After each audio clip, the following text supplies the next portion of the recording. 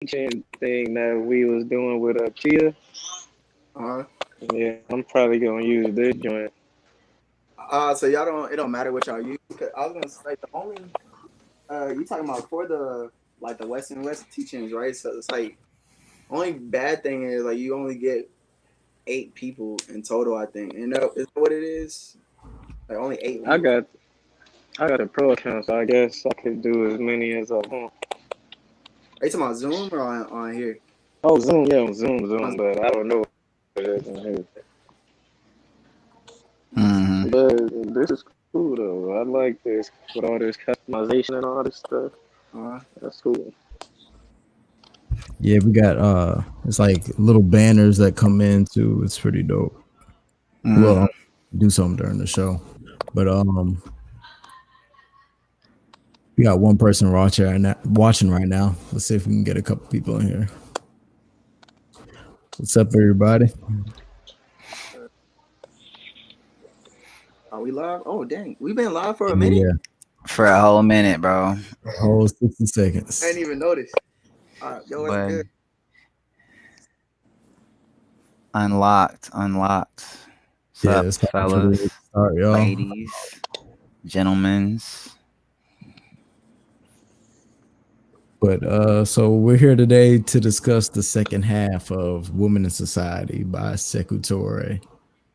And I think Zach gave a little short background of Sekou Toure. You want to run that again, Zach?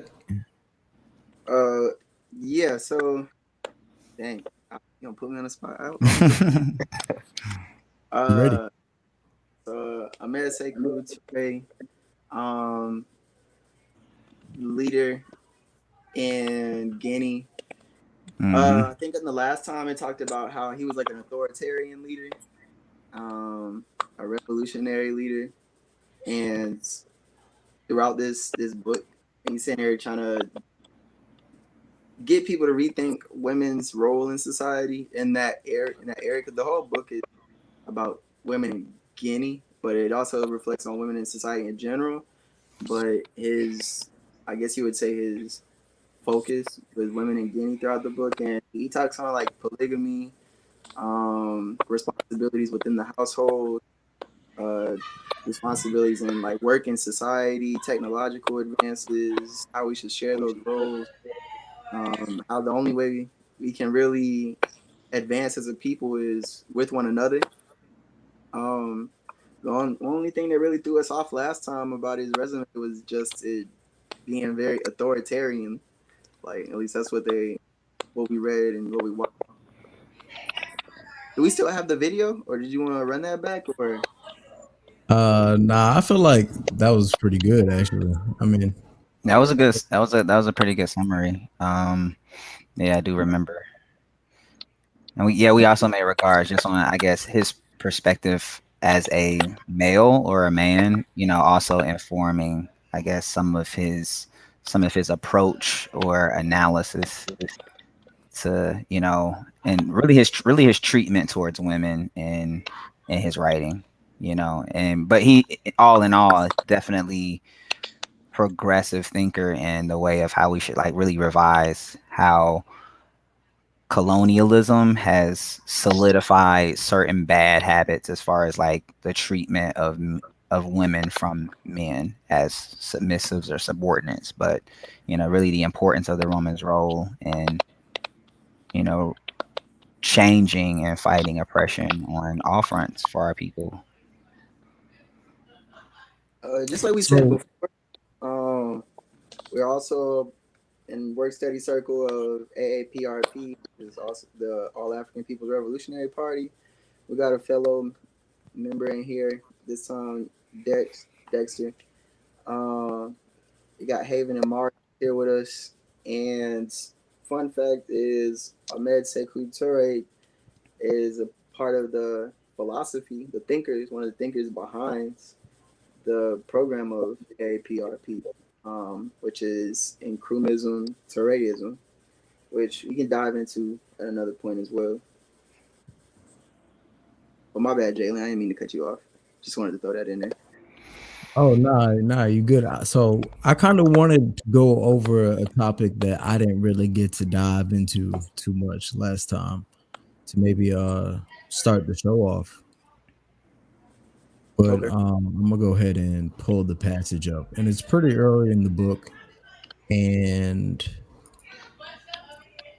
I'll show you the exact passage. It's at the end of the page of 14. And I just wanted to maybe get y'all's interpretation of this passage and, see what this meant to y'all. If the woman's condition as compared to the man's is the one of the exploited, it is normal that, representing the most dejected class, she makes the problems of the revolutionary organization her own problems when she becomes aware of them. And when the enemy was saying that our party was just a party for women, it was too narrow minded to realize, in fact, he was expressing the fact that our party was already and still remains authentically and radically revolutionary. Hmm. Um, yeah, I just wanted to, get somebody else's interpretation on that. See what that means to y'all.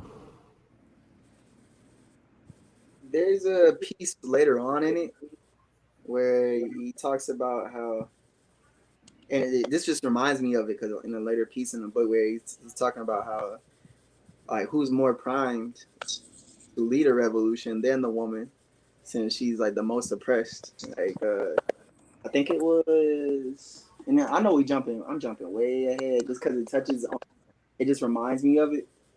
But he was saying because society froze her creative energy, woman has a cultural potential which is only waiting for a favorable event to surge and blaze up the whole of active humanity. And that's on page 73, by the way. And he says, now which social stratum has been enslaved and more profoundly than that of the woman? None.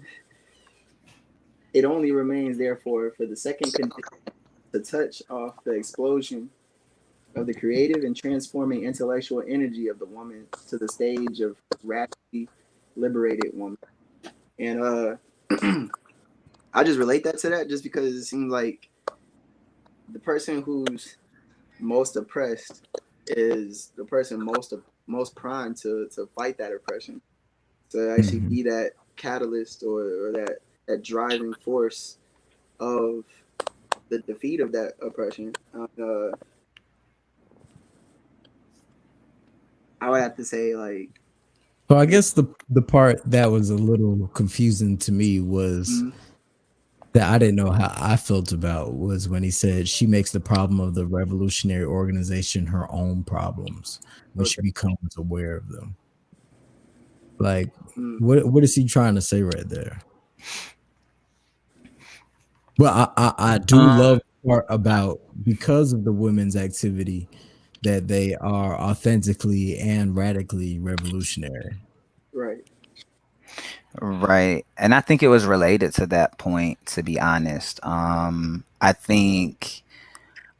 think when we read, Freedom is a Constant Struggle by Angela Davis, that point was really spoken to in the sense of like, struggles against oppression are struggles against oppression. And that, that can happen on a racial front. It can happen in the standpoint of a woman's role and what it has typically been in society or any oppression that she's dealt with in society, even in the household, because Sekou Toure does comment a lot on, I guess, really the woman's role, even if she's not in a political position, her role in the family, and how fighting those forms of oppression also apply to fighting that at a societal level, and then fighting it from a racial level. So I think, to answer your question, Jalen, I think he was speaking from that point, or at least that's how it landed on me,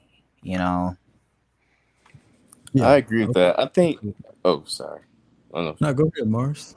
I I agree with that. I also, so that part of the text reminds me of that Baldwin quote that talks about being relatively conscious and then being in a state of rage because of it.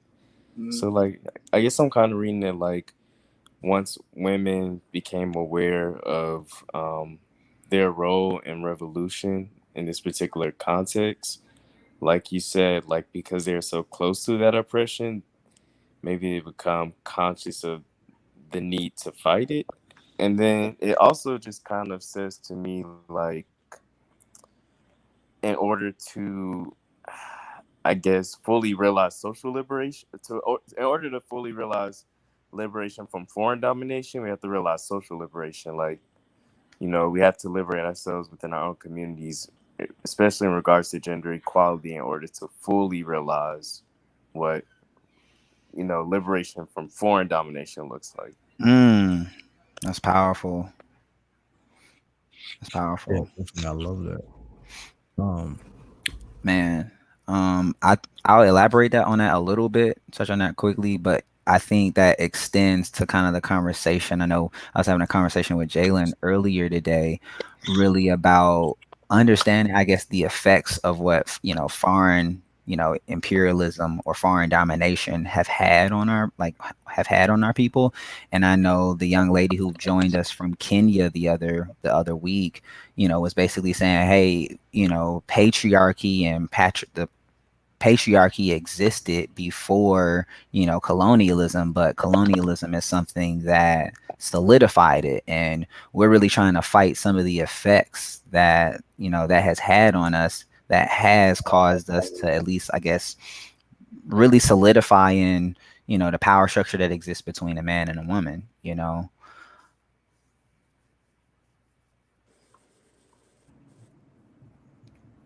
I had to put you on the spot, but Haven would love to hear the woman's perspective.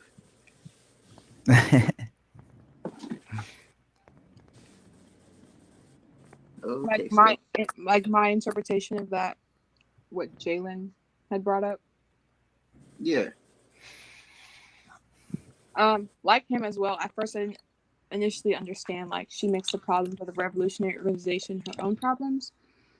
But towards the end, when it was saying how it was narrow-minded to realize that, like when he was referring to like a party for women, I kind of just saw like it's revolutionary in the fact that like in man is woman and woman is man, and that all of our issues are whole. So it's kind of like they're radically thinking different than the normal, since they're considering everything. If that makes sense. Does that make sense? Yeah, I get what you're saying. Yeah, I do understand what you're saying. And it's also radical for, are you saying it's also radical for a woman to even be representing, you know what I'm saying, that like her people in that way? Like that's even a radical idea in itself. Are you saying that too, Haven? Yeah, exactly. Yeah, I kind of get that as well. This woman taking up that position is radical in essence. I kind of feel like he was making that argument. Yeah, I do agree with that. So, if we want to jump back to the second half of the book, I think next to where we left off, he was talking about the head of the family and how people have to get away from the notion of the man being the head of the family, and that, you know, responsibility is really 50-50. You said it was page 50? It's page 56. I'm about to pull it up. Yeah, I took some notes on that as well. So he brings up the husband is the head of the family, even though the woman remains both the essential link of procreation and the one in charge of education, among other important functions like the nutritional maintenance of the family. The woman must equally share with the man all the responsibilities and burdens of the household. So is the woman being in charge of education and other nutritional maintenance, assigning that role to them? kind of what our sister from Kenya was talking about last time. Like he's kind of Right. You're bringing up a good point. critical in himself. Right. It's interesting just having his perspective and say the woman has to do this, the woman has to do, and like it would have been a lot different if it was co-written by a woman. Mm. So it would have a woman's perspective and views on this versus just a man's idea. Because essentially, like she was saying, like he's it's kind of a like one of those paradoxes. Like he's telling what should happen, and he's saying the woman has to do this herself. But it's like if you're saying what she should do, then technically you're kind of countering what you're saying. Like she should be doing what she thinks should be what's the right thing. All at the same time saying that Yeah, they should share equally all responsibility and burdens. yeah. It's So, you know, it's I think I get what he's trying to say. right. Do you think that's different than what we've said, Jalen? Last time. I'm saying no. Do you think what you think he's trying to say? Do you think it's different from what we're saying right now? Yeah, I would like to believe he doesn't mean it in that way. You know what I mean? The way I read it the first time was him saying that, you know, because and he relates this to the woman's childbearing abilities, that you know they're closer to the nutritional and education or you know progress of the child's life than the father is. Right. And that she has, I guess, special experience with childbearing that, you know, puts her in a situation that the man's not necessarily in. And so that's where when he says the woman is the link of procreation and the one in charge of education, I think that's where he's drawing that from. But you know, he even says that men should invest in the education of the children. Like men should invest in the health of the children. So, you know, I don't think he's like all on the kind of like putting women in a specific category. I don't necessarily think that's what he's doing here, because I think he also empowers them to take other roles at the same time, and he encourages men to be involved. So Yeah. So he at another part in the reading as well, he basically said like that men are typically, well, conventionally speaking, men have typically been more responsible for the family's destiny than the wife, and that notion should be challenged as well, right? And I saw that. I think I really think he's in between two places, because I don't think he should be so prescriptive in saying that, okay, this should be the woman's role. But I think you know what I'm saying. I think he's feeling his way through this, because he's also kind of just saying, hey, like it's not only up to the man, it's a shared responsibility. But then he does have his moments where he says like, hey, well, women should do this. And you know, I think we had this conversation as well, you know, with the young woman from Kenya. We were saying, you know, it in some ways, you know, he's working through his own bias, you know, as a man, writing about, you know, really empowering the position of women in society and in the household. But he's working through his own bias as a man, you know, and I think we should visit the text, you know, with that awareness as we have ourselves, you know, as you know, last time, you know, we were three men on here having this conversation and being vulnerable about what our shortcomings were, you know, maybe as, you know, men addressing, you know, our patriarchy or our privilege, you know.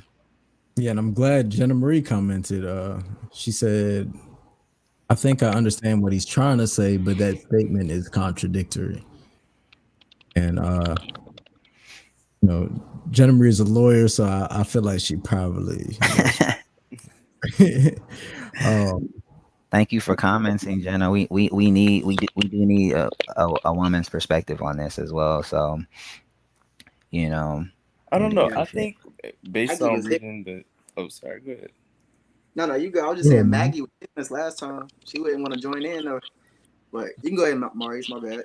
Yeah, I don't. So I think I am a little bit confused about like just because I'm not fully familiar with the book, but this is like his point of view. I guess in a way I kind of agree with some of the things that he's saying, and I say that because as I'm reading through the text, like he's being very specific about certain things like nutritional maintenance of the family. Like Mhm. that to me is not saying like a chef or like a cook. Is more so saying like someone who kind of a person of the family who really is in a prime position to do that. And I really think Black women are in a position to do things very particularly Mm. and great in a great fashion more than other populations really. And I almost feel like I know so many Black women who have a job and then who also can knit and can cook. And I feel like um, he's sort of positioning that here to say like this isn't their it's not isn't their obligation, but it's like if someone does have to do these things, the Black woman's does that make sense? Like, am I making sense? Like, she's the one fit to do those things, but I need to Mhm. do more. I feel. Mhm. It's like nobody can, like for instance, like they say we can't. Somebody didn't give us our freedom as far as our ancestors and whatnot. Like they took it. Like don't say like they gave like Lincoln freed the slaves and everything. Like nah, they took that. You know, it wasn't a one sided thing. And the same thing here because he's like, look, y'all, they're oppressed in every facet here.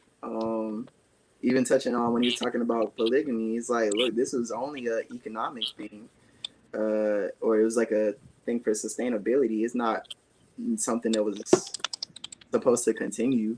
You know, it wasn't. It's not anything that's progressive. It's putting a woman down instead of contributing to her freedom and liberation. So I don't think any of us could give that to a woman. That would be for them to take. Right? Like Mm. I yeah, see what you're it's saying like Yeah. with that. like she's saying, it's contradicting. So it's like you want to say one thing, but it's like uh, I can't. I don't. I'm kind of locked because I don't want to say something wrong.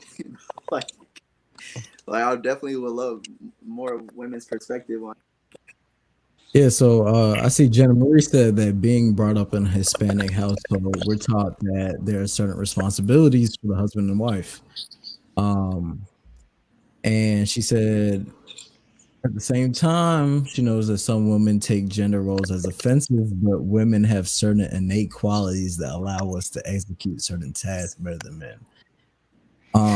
Is that true? I want to know that. Is that true? Because what we're getting to is a point right now that we discussed before, and it's like, is the fact of looking at gender roles as or acknowledging them as being true, is that in some way patriarchal, right? Like, is that a prescription of patriarchy, or is that something that we naturally recognize and then distribute it out amongst the genders, right? And so, like, are we is having roles in service of patriarchy, or is having roles in service of some kind of natural distribution of talent between men and women for certain tasks?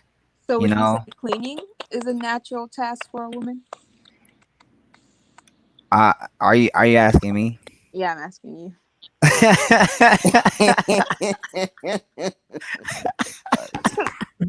To provide context, I'm asking because on page P7, when he says the housekeeping and children's education shouldered by the woman are not considered as work. In Women, Race, and Class by Angela Davis, she talks about how women should be compensated for their work, However, like what those women that don't want to do it, for example, like you have a woman who has a job and also has to come home to clean and cook. Would you say that's a natural thing for her to do, or is that part of the patriarchy that put her in that position to do?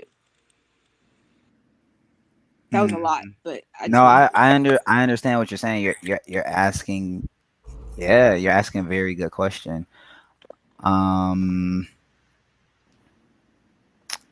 I can't speak for everyone else. I would love for everyone else to weigh in too, but what I will personally say is I watched a show called Grand Army, and my mother and my sister, who I'm very close with, and from some community spaces I've been in, I understand that now differently the term black girl magic, right? So like black girl magic is a great thing, don't get me wrong, right? But it comes from a place of like you're saying, oh, a woman might have to work, she might have to clean, she's expected to do all of these things, she's expected to be like amazing, you know what I'm saying, at juggling everything that is quote unquote expected for a woman to do. But you're questioning, like, is that right? And like I don't think it is. I think, I think some of what I was echoing last time in speaking was saying that I think the focus should be more goals rather than roles. And if it so shows itself in the relationship that, hey, you are more equipped to do this, or you are better equipped to do this, then that becomes the quote unquote role. But the role wasn't prescribed, it was more so discovered. That's my viewpoint.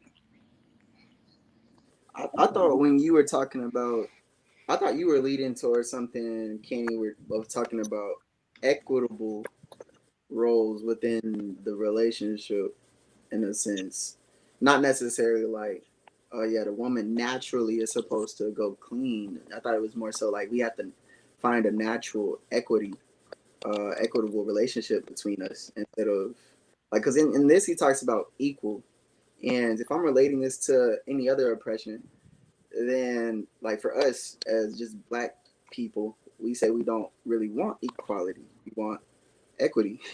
um so it's like, wouldn't that be a similar situation here? That, like, I think he's not as, and granted, the man's past transcended and gone. It's hard to speak for him, but what I was taking was more so like for instance, like, I'm not about to sit here and tell, like, yo, go pick up that big ass log or something over there, and knowing I can go get it myself, or like we can work on it together. But I'm not gonna sit there and like say like she can pick up as much weight as I personally can, knowing I go to the gym more than she does.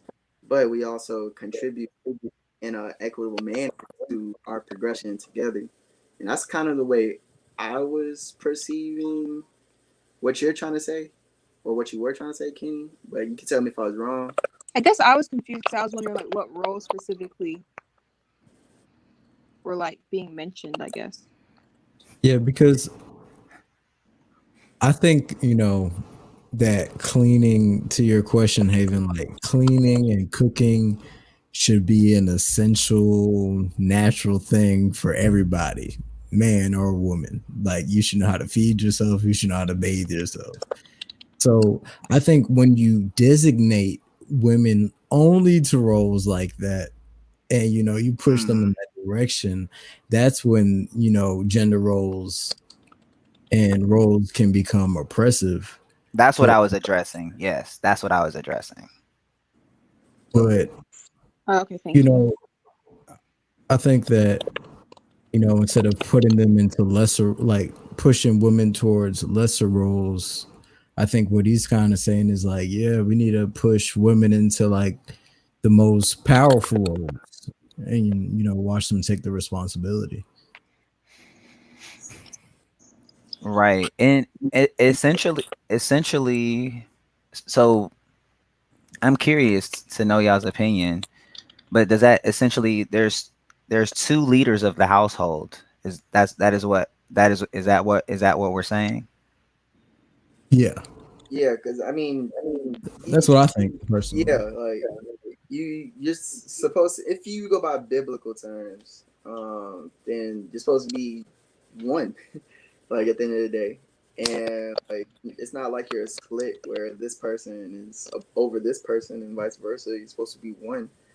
So I could see that. I see Jenna Marie got some more. Yeah.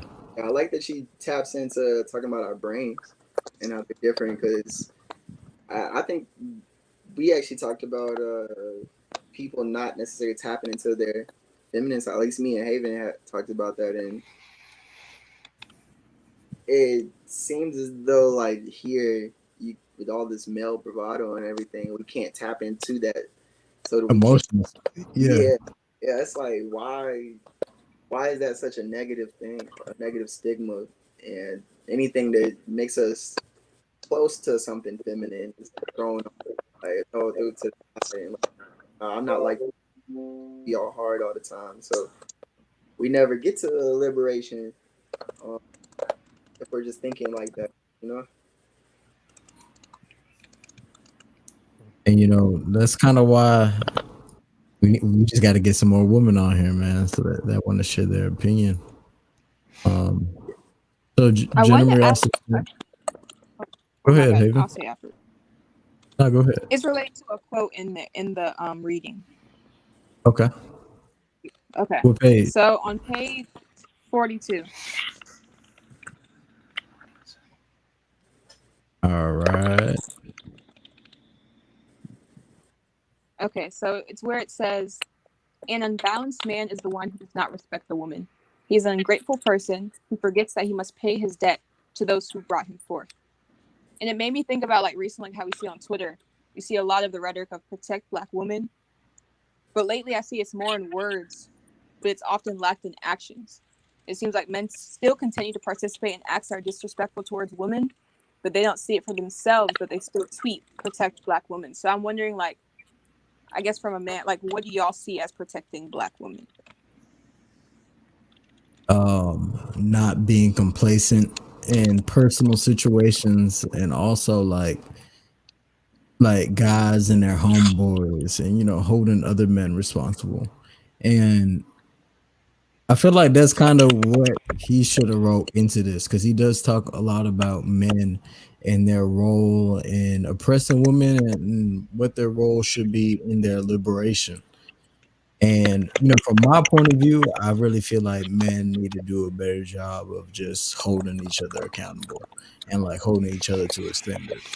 Because even in one part of this book, he talks about how yes, women do need to stand up and claim their power and claim their freedom, but at the same time, women, like, men oppress women. Like, there is a cure for women through curing men.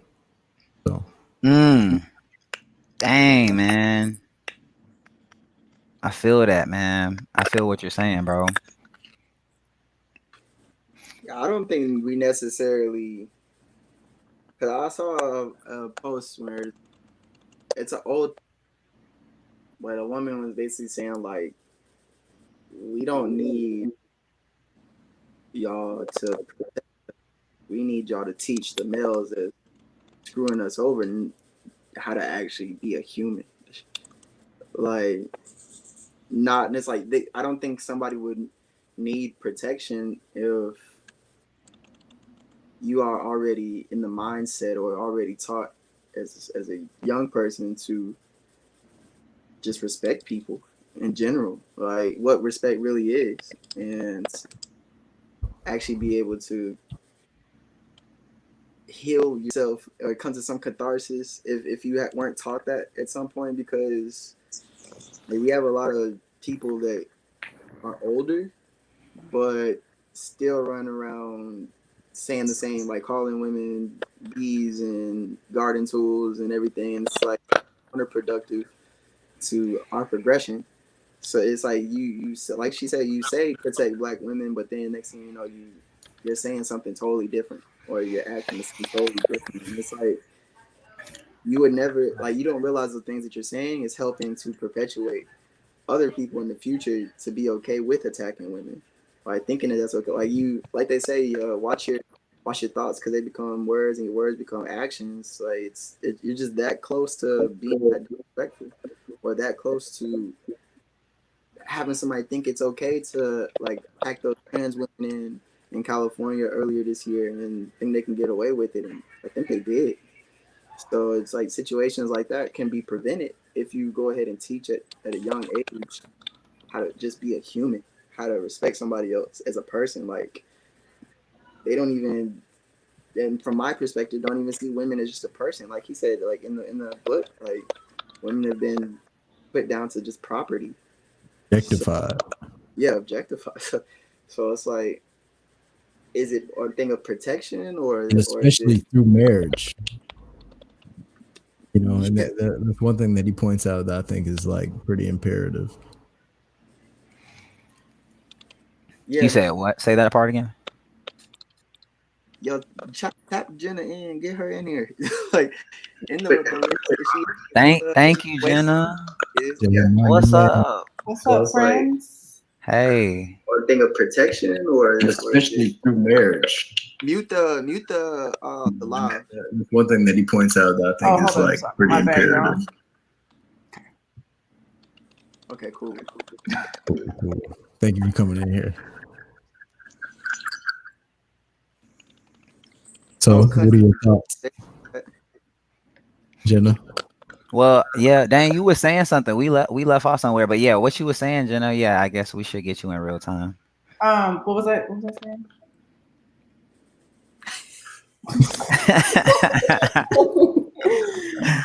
What were we talking about? I'm sorry, yo. So you were saying that like the gender roles should be unique to your relationship. Yeah. So that's kind of like what I was like. So growing up, like, you know, obviously I'm Mexican, so we kind of like our family dynamic is like obviously husband is head of the household, and that's mixed with like, you know, the biblical perspective, like, you know, wives submit to your husband. But like growing up, my parents always taught me like you submit to each other. And while my mom, like growing up, did do a lot of the traditional like cooking, cleaning, child rearing, but she was a stay-at-home mom. So, but that's a conversation that her and my dad had before they got married. Like my dad was like, this is how I envisioned my marriage, and it aligned with the way that my mom's you know, version of marriage went. So they like made it work. But you know, my dad, like growing up, he would still help out with the cooking, the cleaning, obviously like raising us. So I just feel like whatever works for your relationship, like it's probably going to be unique to different people. Like I know there's some women that are like, I'm absolutely not cooking after I come home from dinner or from work. Yeah, right. I mean, because that's stressful, and then if you have to deal with kids, like, and you're not getting help from your spouse, like that's hard. So it needs to be a balance. True. What about the male being primarily responsible for, I guess, the destiny of, you know what I'm saying, his family? I agree with that to some extent, just because obviously, like, I'm Catholic, I'm Christian, so that's kind of how we were taught, like, the man is the head of the house. But just because he's the head of the house doesn't mean that he doesn't consult his wife. Right. Like, your wife has to be a part of the conversation always. But like, you do look to the man, like even like in dating, you look to the man to lead. Like, I don't want to lead you. Like, it is y'all have like some innate thing within y'all to go pursue, to go hunt things. To go Is it innate? I feel like it is. Y'all hunter-gatherer type stuff. Really? Because the only reason I'm challenging that, or at least asking that, is because I feel like, and some women challenge certain things we say are natural or normal for women, and that's kind of like the pushback of the feminist movement. Like, don't box us in, or don't box us into this role. So like, I was just curious, and and sometimes it's hard to see what's patriarchal and what's natural and respect that respects what's natural in its place like that. Or maybe some of how we're thinking is prescribed from patriarchy or assumptions about roles. I don't know. I don't know. I think like patriarchy starts to come into play. Like I think I commented earlier, like when you start seeing women as beneath a man, like we're equal, period. Like we're both human beings, but we do have strengths and weaknesses. Like there's things as like genetically, y'all are just like physically, y'all are stronger than us. Y'all have more muscles, y'all have testosterone, like y'all are motivated to do certain things that estrogen does not motivate us to do. And that's just basic science. And I always get into arguments with other women about this because it's like, no, we're equal, we're this and that. You know, there's certain things that physically, my limitations are at a cap. Like there's just, y'all are the protectors. That's how it was, you know, back then, cave people times. Like the men were the ones protecting because y'all were physically superior. And there's nothing wrong with saying that a man is physically superior. Like, and women are probably more emotionally superior, and there's nothing wrong with that. We can tap into another side. We can read situations differently, care for children differently. Like, there's nothing wrong with that. And I don't think there's anything wrong with saying that we're different, but we should all be treated the same. So I want to know from your perspective, what makes the man the head of the household? And this is a question I want to pose to everybody. Is one thing you said is like through, you know, Christian and Catholic, they teach that the men should submit to a woman. And I see a lot of times people talking about like, yeah, you know, men just want a woman who's gonna submit to you, or women be like, yeah, I gotta find a good enough man for that would make me submit to them. So like, what isn't submitting to men kind of taking an inferior role, and isn't placing men as the head of the household like assigning an inferior role? I mean, I can see how it's interpreted like that because I think that specific Bible verse says like women or wives submit to your husband. I think like the follow up is like y'all are the husband's supposed to submit to. You submit to each other. You sacrifice to each other. But I mean, the whole like man head of the household, that we believe that came because Adam came first. But Adam couldn't be by himself. God created woman because he needed a partner. There's certain things that he couldn't do by himself. He needed a woman to come along and help him, like, you know, live a life. So I don't think there's anything wrong with saying like the man, like that's the spokesperson for the family. He speaks on behalf of me, like on behalf of us. And I mean, maybe I'm crazy or I'm like old school for thinking stuff like that, but I want someone to protect me. I want someone to like to know like I have a man at home that's like taking care of things. He's leading us in the right direction, making good decisions for us. I don't know if that's like outdated, but You said outdated. No, you said outdated. No, I've talked to several women that feel the same way. Mm-hmm. You know. Wait, could that?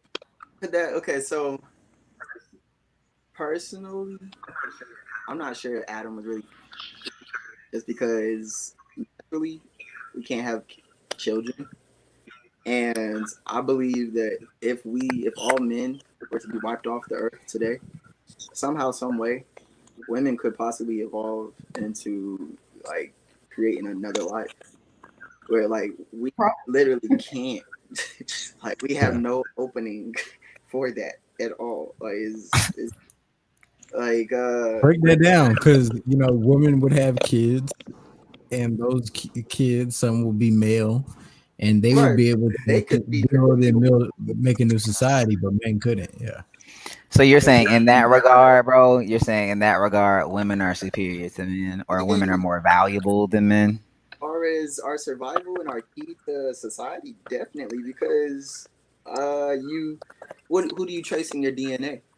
Who do you trace to find out where your family came, who your people are, your maternal DNA?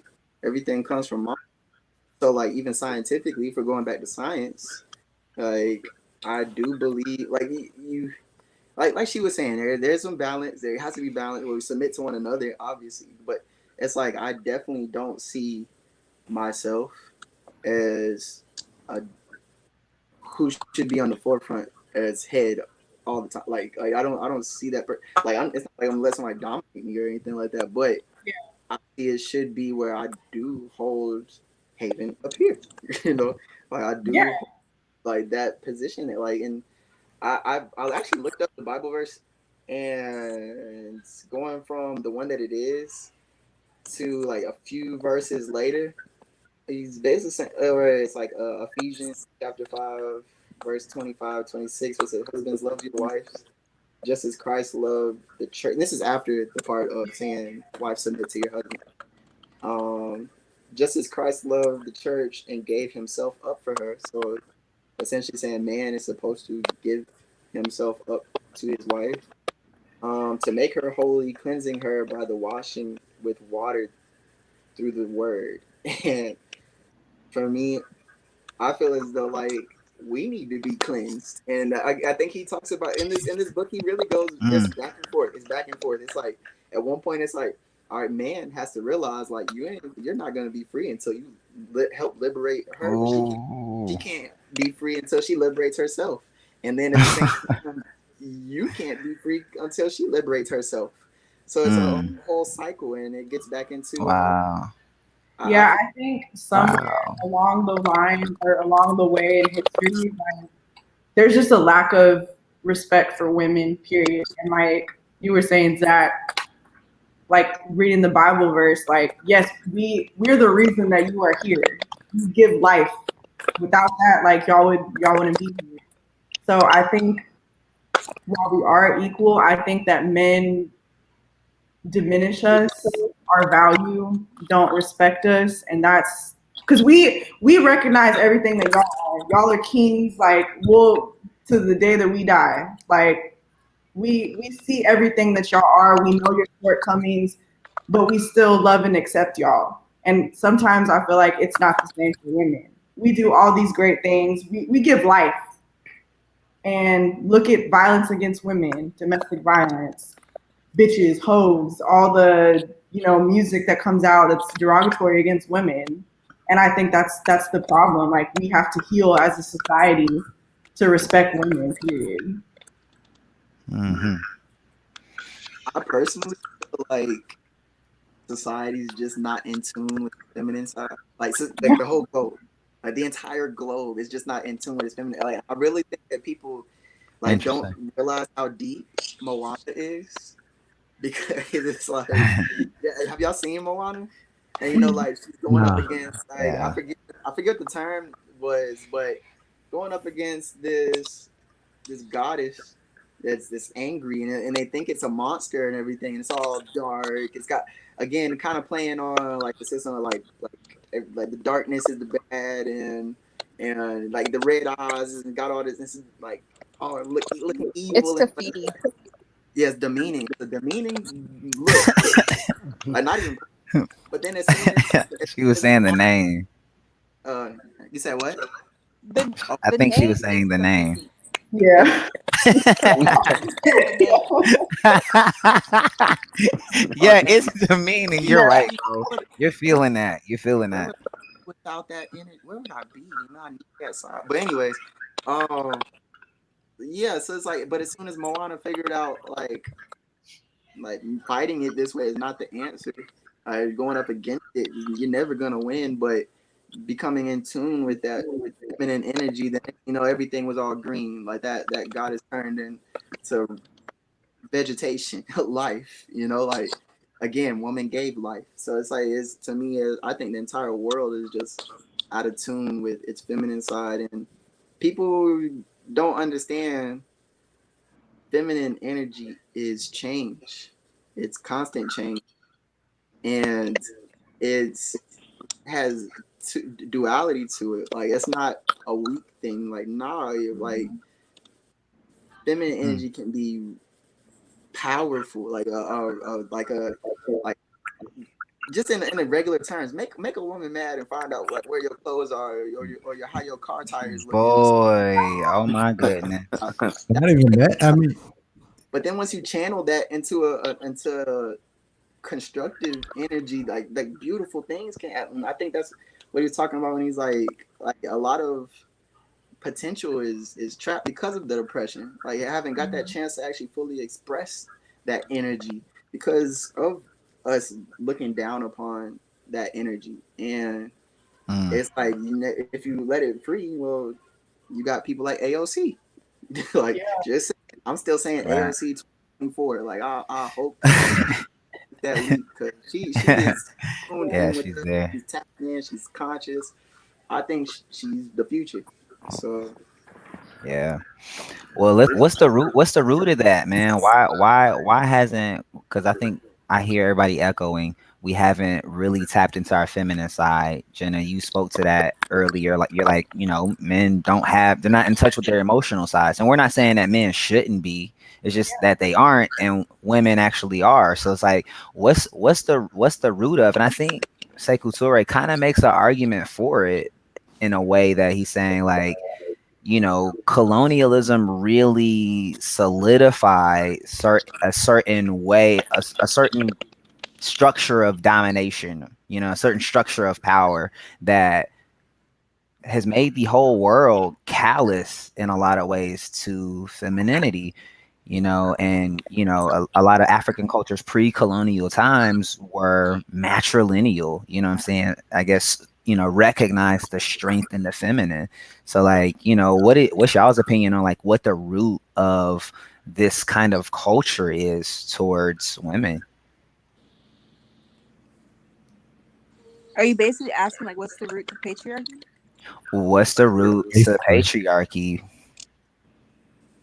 I would have to. If you think it's patriarchy, ancient, bro. I feel like some parts are screwed in times in periods of history, because I know there have been areas where their matriarchies have existed historically. So I think at some point, I don't know. Yeah, I'm just talking about like that idea. Like somewhere along the way, the balance was like twisted in a way. It's like, okay, in my head, I think there was moments in time in history, or at least my mind wants to think that it's possible that there was or there existed a balance between man and woman that worked. Or it I'm not saying it doesn't work now, but an understanding and culture between the balance between a man and woman that was more equitable, and then somewhere along the way, my theory is, okay, yeah, that got twisted and contorted in some ways and solidified in what we have, now. I think this is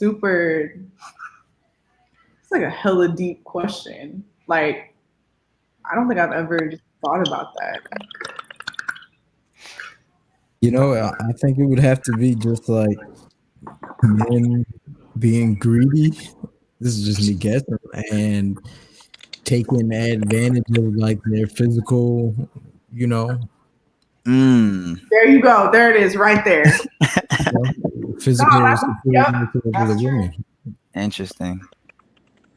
That's very true. Like, I think that might be it. I agree. So we're saying what? That the physical men exploited their physicality in the sense of power over women.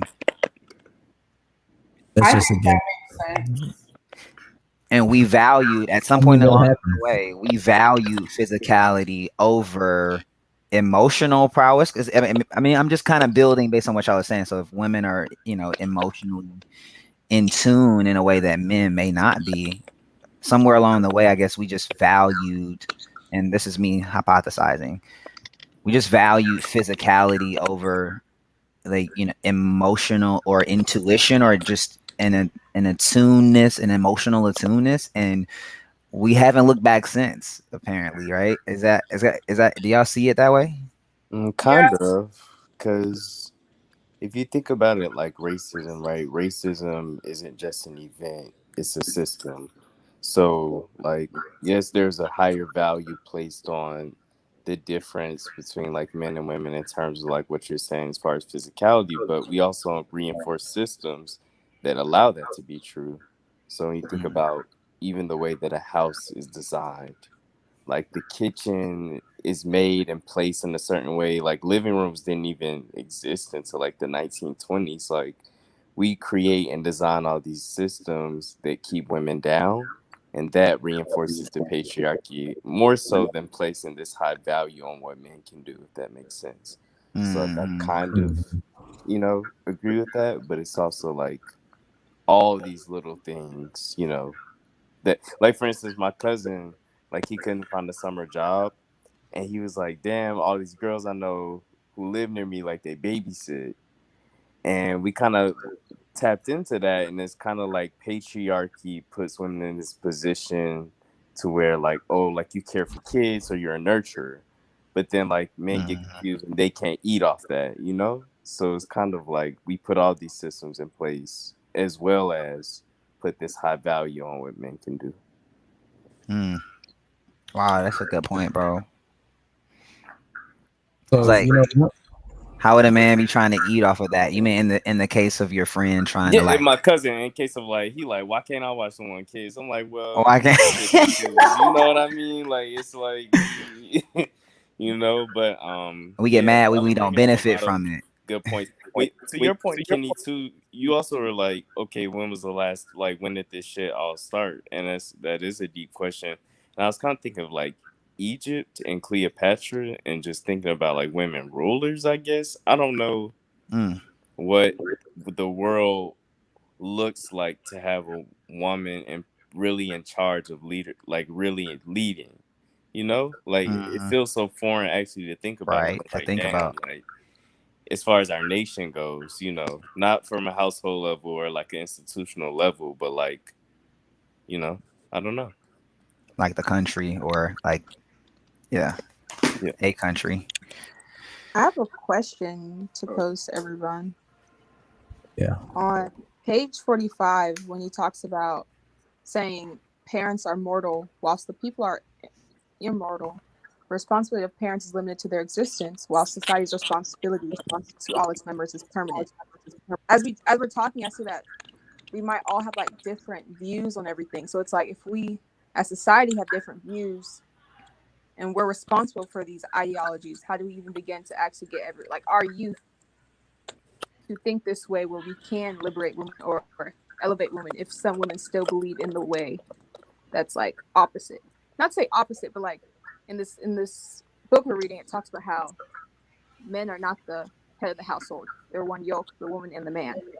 But if you might have some other women that still believe that, they're still a part of society. So how do you even change that to where I don't know. Does that make sense?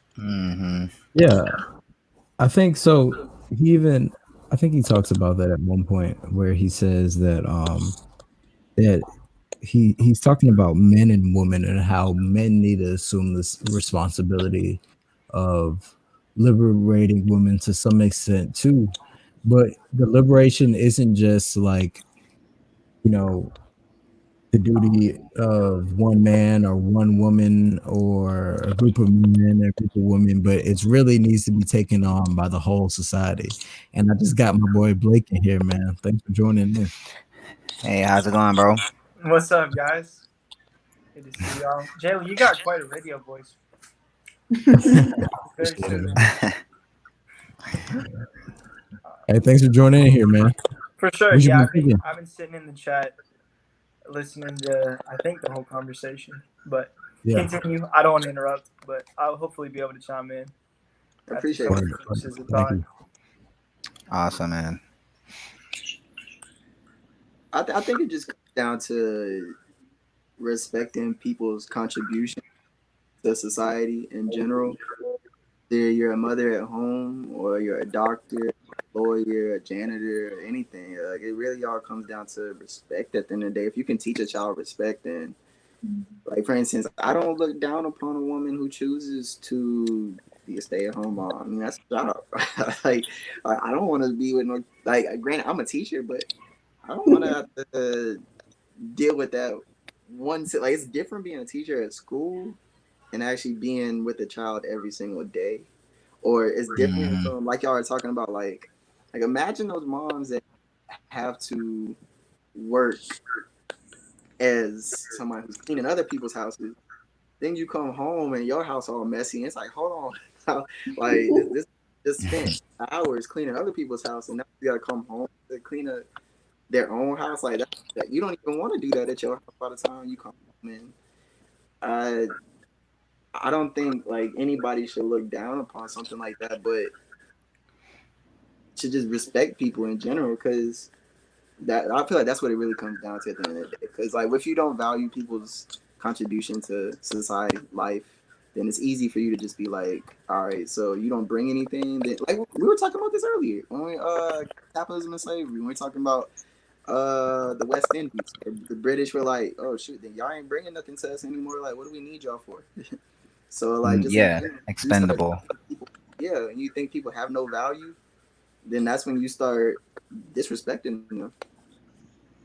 Right. And I think to your point, Haven, about I guess the longevity of that, or like how do you continue that? Like I know I struggle with that sometimes, like I guess conceiving of like, how even the planting of small seeds in a way of like change or like, hey, thinking different. Because like the funny thing about logic is it's only based on what you know, right? And I know that might be like, okay, duh, but it's only based on what you know. So you can only justify the next step of logic with the previous step. You can only use a previous known in order to define the next step in your logic. So like it's gonna take for like, people practicing it and then eventually for people being born into it. Because if you think about like what culture is by definition, it's learn shared beliefs, right? So like a lot of the stuff that we practice, like we're talking about the evolution of different systems of oppression or a different way of relationship, right? And you think about how much you're trained to see it in a certain way. Like think about how that starts at home. Like when you're a kid, my little cousin picks up on everything. So like just think about the dynamic. She's even aware to the point that she's 4. Mommy's mad at daddy because he didn't get her any flowers for it was some occasion. She's 4 and she's aware of that, right? So like I know you're talking about how do we kind of continue this, the practice in the household, and it takes people really being firm in their belief and practice of a new structure and a new way, and understanding that you're going to be bombarded with propaganda for a certain way of thinking. You know what I'm saying? Like it's out there, it's in the water, but like practicing that, and eventually it's like someone's gonna be born into that norm, and that's all they're gonna know. That's all they're gonna grow up around, and like to hit another generation like that with like practicing different gender norms, partnership between man and woman, man really getting out of hypermasculinity, and women not responding to all men as if they're hypermasculine, like stopping we respond to one another. Like when we can stop that whole response, it's like stopping the spread of the virus, right? It's just it can't continue. Like that ping and pong can't continue. So like I think that's kind of the key to continuing it. Like when people are really born into it, that's a whole another level. We should think just the generation behind us. Yeah, and I agree with Zach. I think the respect thing, like that's bottom line. I think if men, like respect women and women learn to respect themselves, because that's a big thing too. Like we can teach our sons, this is how you treat women. But as a woman, you have to really know your worth and know your value to stop the toxic. I know not all men are toxic, but to stop toxic masculinity when it's happening to you. You don't have to perpetuate it. You don't have to let a man treat you any kind of way. And I think that's like, again, society burns into our brains like, oh, you need a partner, you need a husband, you need a relationship to be something. And that's not true. You don't have to stay in something if you're not being respected. So women also have, we share the blame too. We have to put our foot down and be like, I'm not going to accept this type of behavior. So go try it somewhere else. And I think if more women did that, men would probably maybe start to act right a little bit. So I Man. got a couple points that like I want to bring up in relation to that.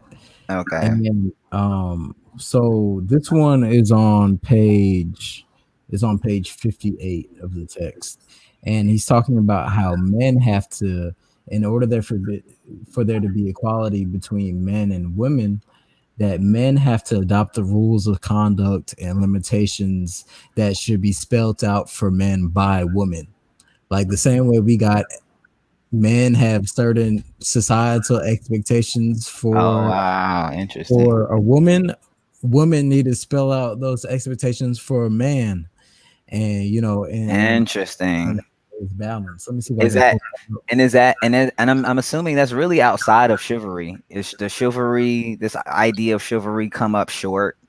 Like Jenna, what would some of those codes of conduct be for you? I mean, chivalry, like that's just, you should be kind and respectful. Like that's to everyone. But I just feel like honesty, being authentic, stating your intentions, stuff like that. That really, I don't know if men know that, but that really goes a long way with women. Like, please let me know what you're here for, so you don't waste your time, I don't waste my time. And then if we're unclear about things, and as a woman, I mean, or maybe it's just me, but like, I'm probably gonna develop feelings at some point. And if I don't know where we stand, like that's when problems start, because people are not clear about intentions. And you have to respect people's intentions. And if y'all can't get on the same page about that, what's the point? And people, like, when disrespect and all that other stuff like that comes up, when people are not on the same page. We're trying to, like, I'm trying to force you to do this. I'm trying to force you to think to my way of thinking, or like me, or maybe we just want to have sex with each other, but I don't want to have sex. Like, you have to be clear. And I think if men did that, or people in general would just be authentic and honest about what they want, I think a lot of problems would be avoided, honestly. Well said. I would like to, I'm about to put this on my story and see if I can get some answers to some, but I'd actually like for women to come together and come up with like a list and be like, look, this is what we expect. This is what we want. If you ain't about it, all right, mind go somewhere else. Mind your business somewhere else. Like, cause is a Birkin bag on that list. Okay, so I have a question. Flip that on us. I was gonna say, flip that on us. I got a question. Like, so as a woman, like, okay, we know the basics that what y'all should be doing. Do y'all not know? Like, do y'all really need to be told? Like, that's a real question.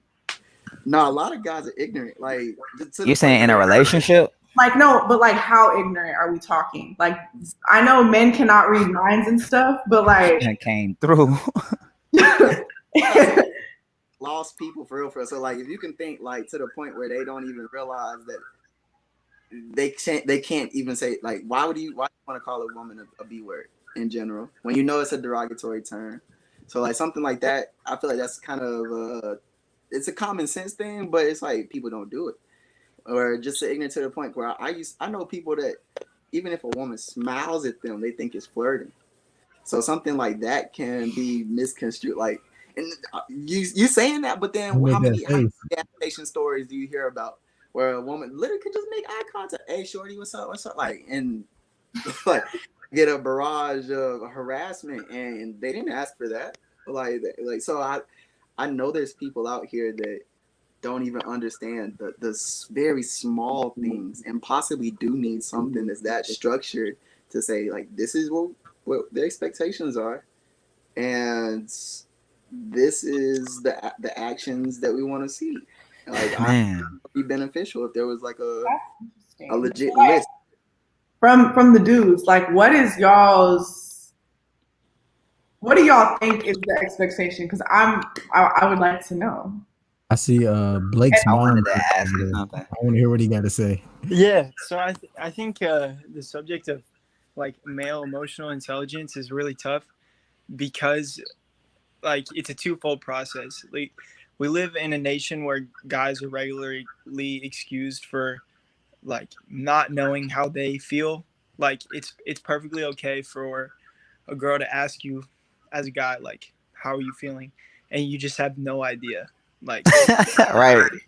That's so accurate. and I'm certainly guilty of it in a lot of, especially my early relationships where like I can't even tell a girl what I need because I don't even know like where to begin. Like I don't know what mood I'm in, and I think that I don't know where like how girls have been like historically challenged to like investigate that, and guys aren't. Like I would have thought that we sat in the same language arts classes and we talked about the same books and we try to invest in our education the same ways. And I think that like there really is some sort of biological condition that females have where they just get it and they know how to find the right words. And I think that women are so empathic that they like excuse men of that, and really the way out of that like oppression is to say, yo, like it's not okay for you to just like shut down or not know how you feel, because like if we're gonna be a unit, like you need to know your shit to like get us to work together. So it's unfortunate that like a male's error falls on a female to correct, but I think that's also what I think it was like page 47 y'all said, like that's where like somehow that burden falls on a woman, and it's like it's pretty messed up because like they didn't choose it, but it's the same in the same sense that like a female doesn't choose childbirth, which is like a excruciating and like very tedious long process. So there's just a lot to unpack there, but Yeah, man, you covered the ground.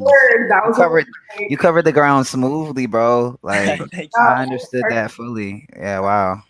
That was perfect because I think like as a woman, like thinking back on my past relationships, it was really hard for me to understand like how can you not just say what you feel, like just say it.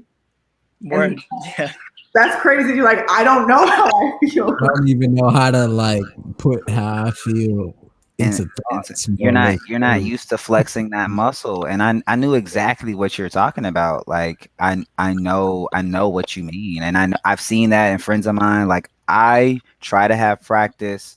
And see, here's the thing. Sometimes I personally can be articulate with maybe what I'm thinking, but may not even have fully explored emotionally where that has gone. You get what I'm saying? Like, and I think that's a good starting point, actually, Blake. I think for even thinking about like when we talk about this code of conduct, it's like let's really think about what we should be working towards, because it's essentially I don't know if this is innate or not, because you laid it out very well. Like, hey, we were taking the same classes, we're getting the same education. How did we end up so different in this department? And I think, a lot of it is from like conditioning or an expectation that shields us from even seeing or being privy to being empathetic in the same environments.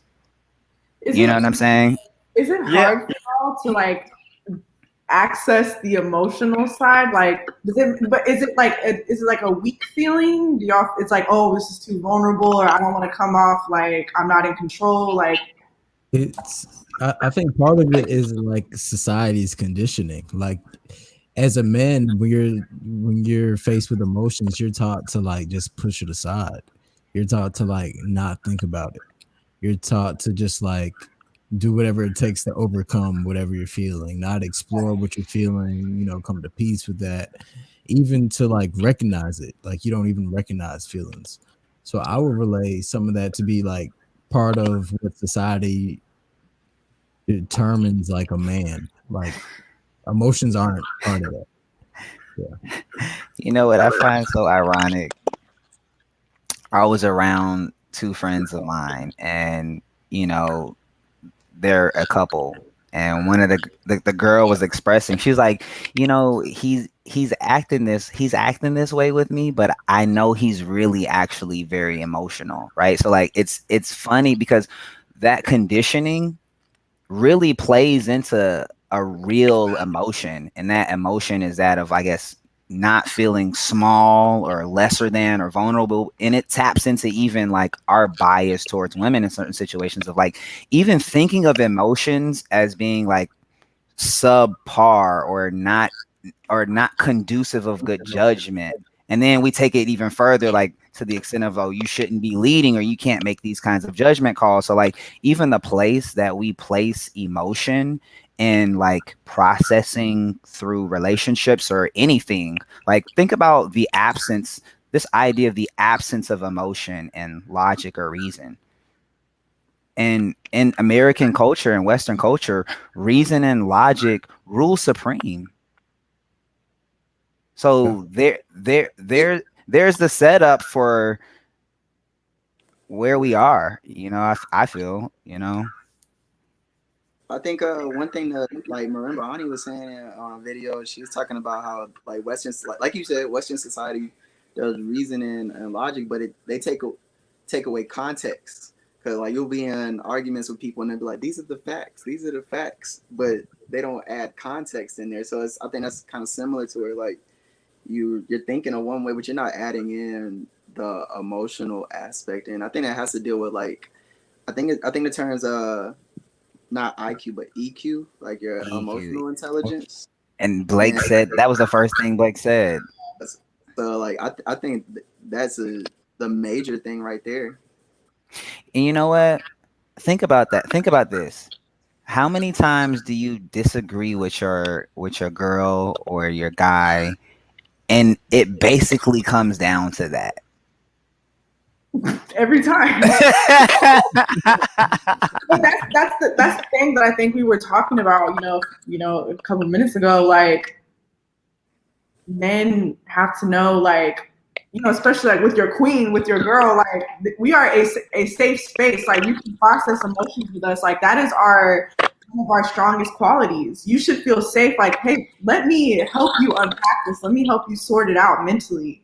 And when you do that, like, I don't think a lot of guys understand when you make us feel like protected, like y'all are confiding in us, trusted, like that divine feminine energy, like your life will be blessed, my G. Like you give a woman a house, she creates a home. Like that's right. I don't think y'all understand that. Like when you protect your woman, you make her feel good. Like she will do you tenfold. Like y'all just for some reason y'all just I don't understand that because we've already accepted. Like I said earlier, we see y'all as kings. Like men, we see you for all the good things. We recognize it, and we'll go to the ends of the earth for y'all.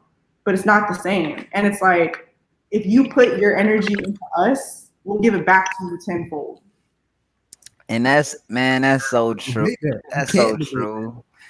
That's so true. And I can't even say that's not true because with the good things and the bad things, it's like it's amplified, you know. And if it's good, it can be amplified in a good way, and if it's bad, it can be think about what the seed of distrust would do to a relationship. You know what I'm saying? Think about how that gets passed back and forth. Like, you know what I'm saying? Insecurity. And that's it's like gardening, really, man. Like, you know, the certain seeds you plant, you know, end up getting grown, you know, and we just need fertile soil. We are the fertile soil. That was poetic. I couldn't find any other words. I was like, I just need to stay in the garden. I like your point of just talking about the difference in like societies. I feel like what's taught here is like it makes you want to be exceptional, or it plays into that patriarchy so much that it builds a big ego, you know, like, and I feel like a lot of times Yeah, it's that ego. That's the problem. Like when you're that saying ego, boy. press, like we can't even say anything cut into our spouse or anything like that. Like anytime I've been like super silent, letting you know now, Haven, it's possibly my ego. Like, I'm just sitting there like I don't want to say nothing right now. Like let me think this out. Like, shoot, I know you okay. Like but I don't want to say anything. I don't want to get mine out because it's like, like let me think this all the way. So I know how to actually say something before my ego comes in, and next thing you know, I'm in a argument or whatever, and now I'm counterproductive. So I think Right. like when you constructive criticism or anything like that, like people don't know how to be corrected anymore without feeling like, dang, they're saying I'm wrong, and they're attacking my intelligence or attacking me. But it's like I'm not attacking you. I'm attacking, or not even attacking. Like I'm really just making a comment on a ideology or an action or philosophy. It's something that, that it's not necessarily attached to you. It's just attached to that patriarchy, the misogyny, that it's attached to those other things. Like that's not you. Just like how they say with like when you have mental health issues, or when somebody is obese or something like that. It's like, no, you're not fat. You have fat. Or no, you're not a psychopath. Like you may have like a disorder. Like, dang, I'm afraid to say the wrong word on here. Like A disorder, a condition. It's that thing, you know. So I think that's what we kind of get caught up in, our ego and separating the two.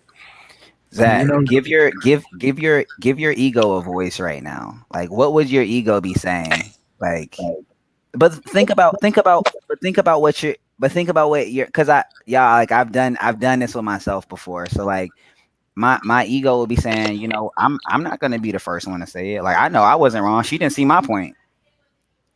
She's talking about I didn't see her point. She didn't see my point. So until she see my point, then I'm not. Then what?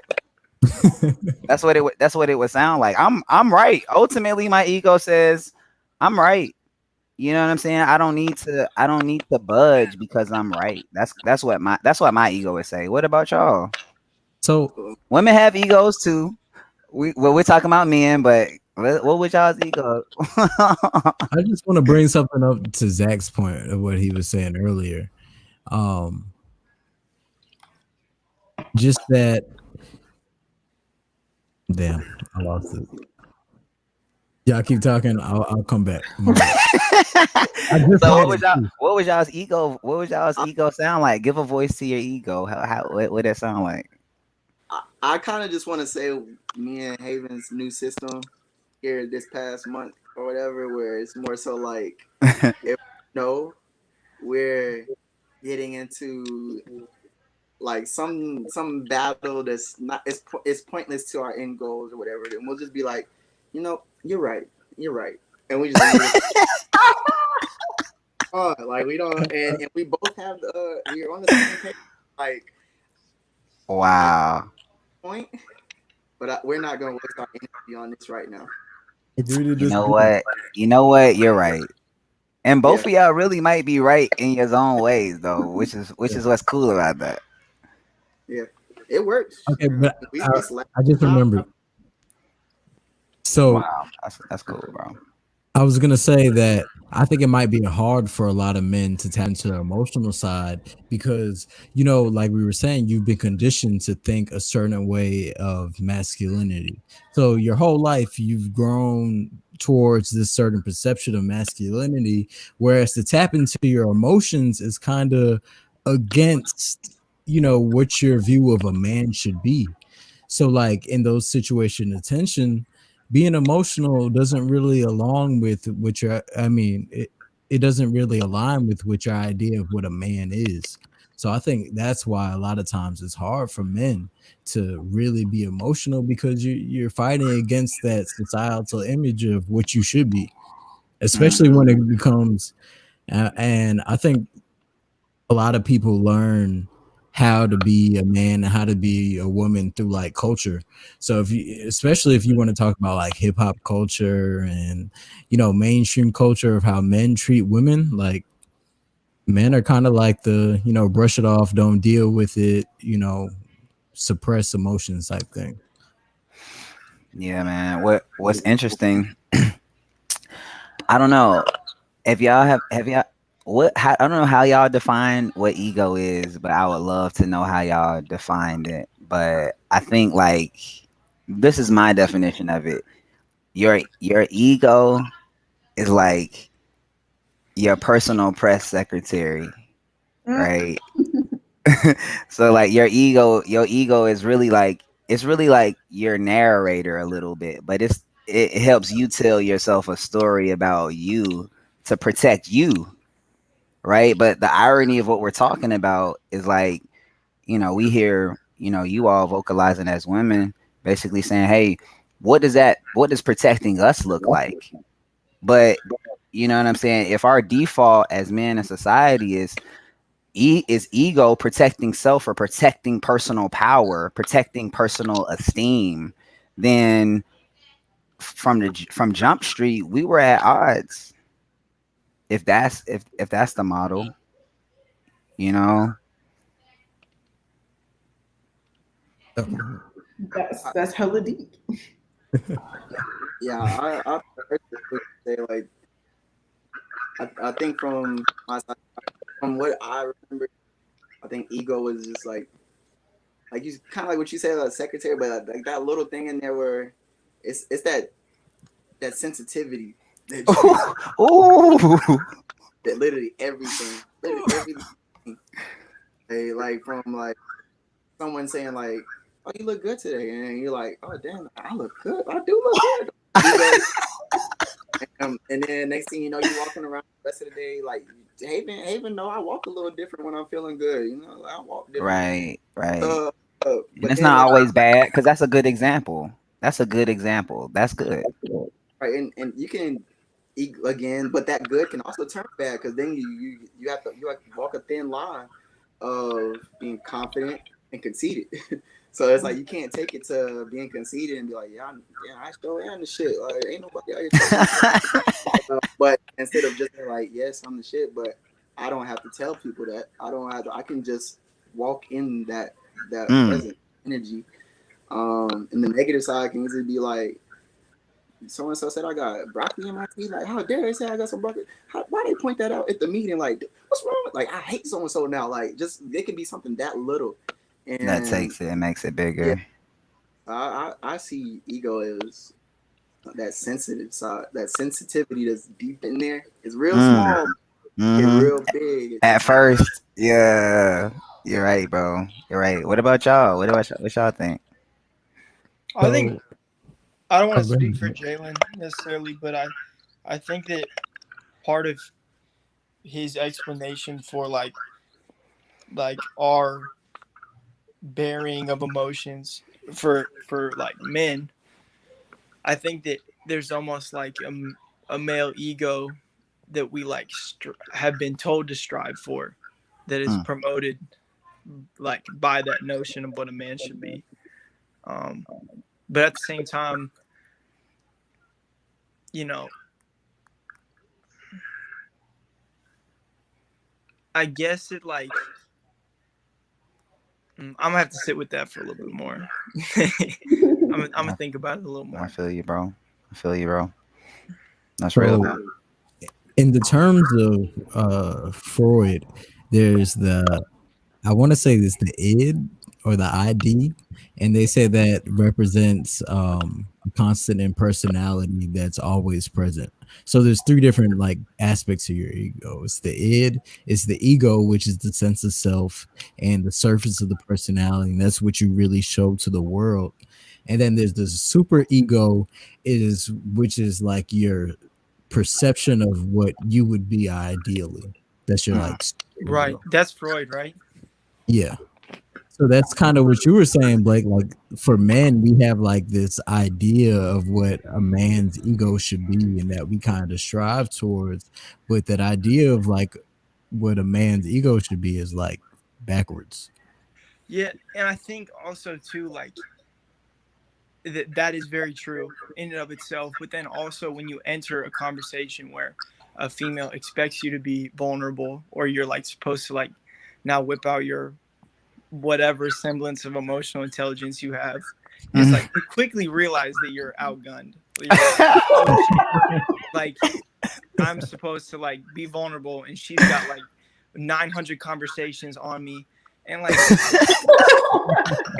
it's the thing is like when we talk about emotional intelligence, like girls have guys' best interests in mind, but like I read a book called Art of Seduction, and it talks about how seduction Robert Greene. is like war for peaceful times, and like when a female decides that, you know, she wants to use her arsenal, like emotional intelligence is very weaponizable. You know, it is. Tell on them.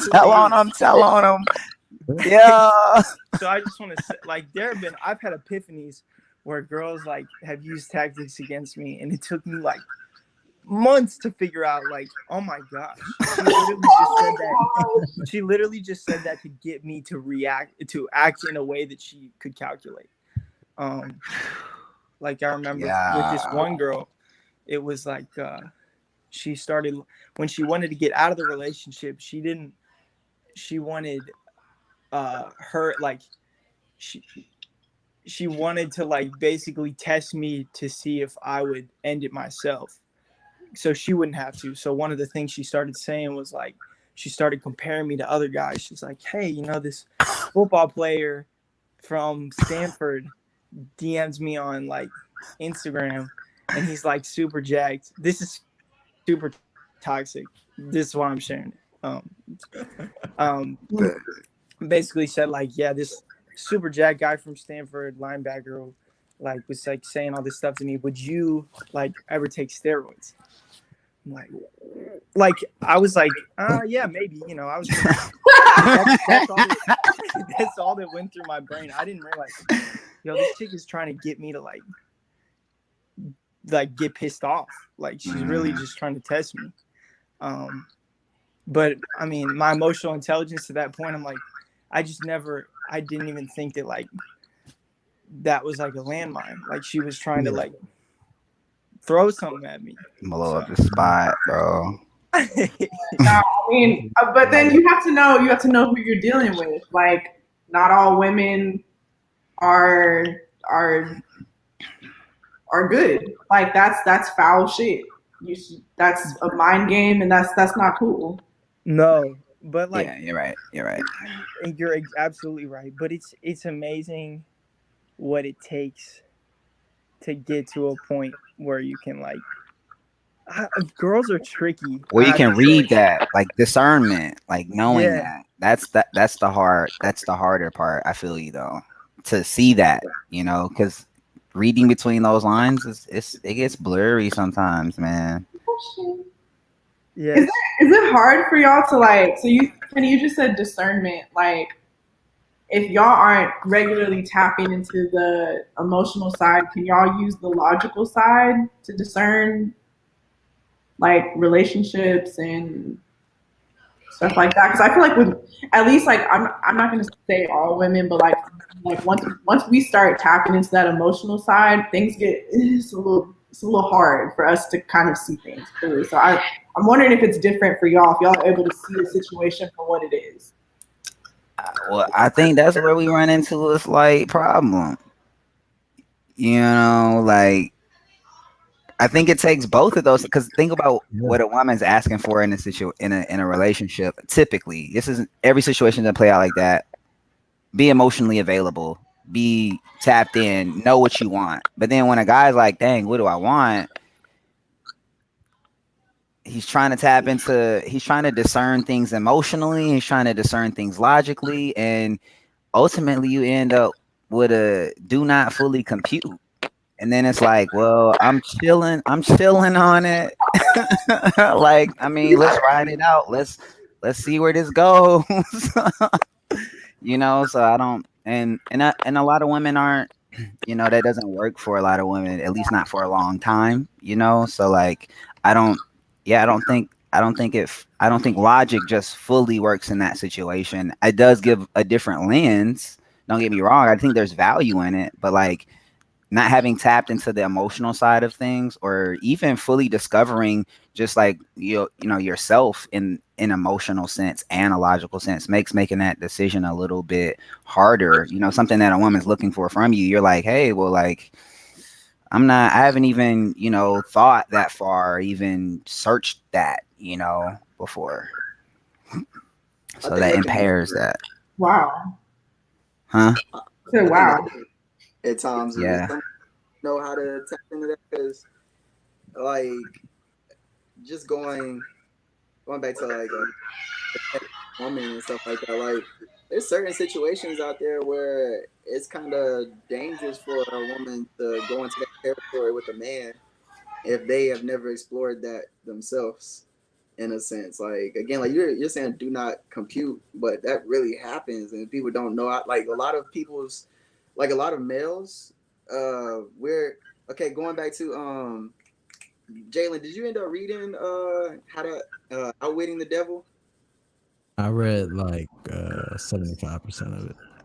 So you know how you remember how he talked about like negative energy was like the devil and everything. Like that's like things that are like quick or fast. That's the devil. It's negative. Like you know when you're rushing, usually that's when you mess up and like you get that negative energy all around you and everything. Was like for us like one of the negative things is quick to easily go to is anger.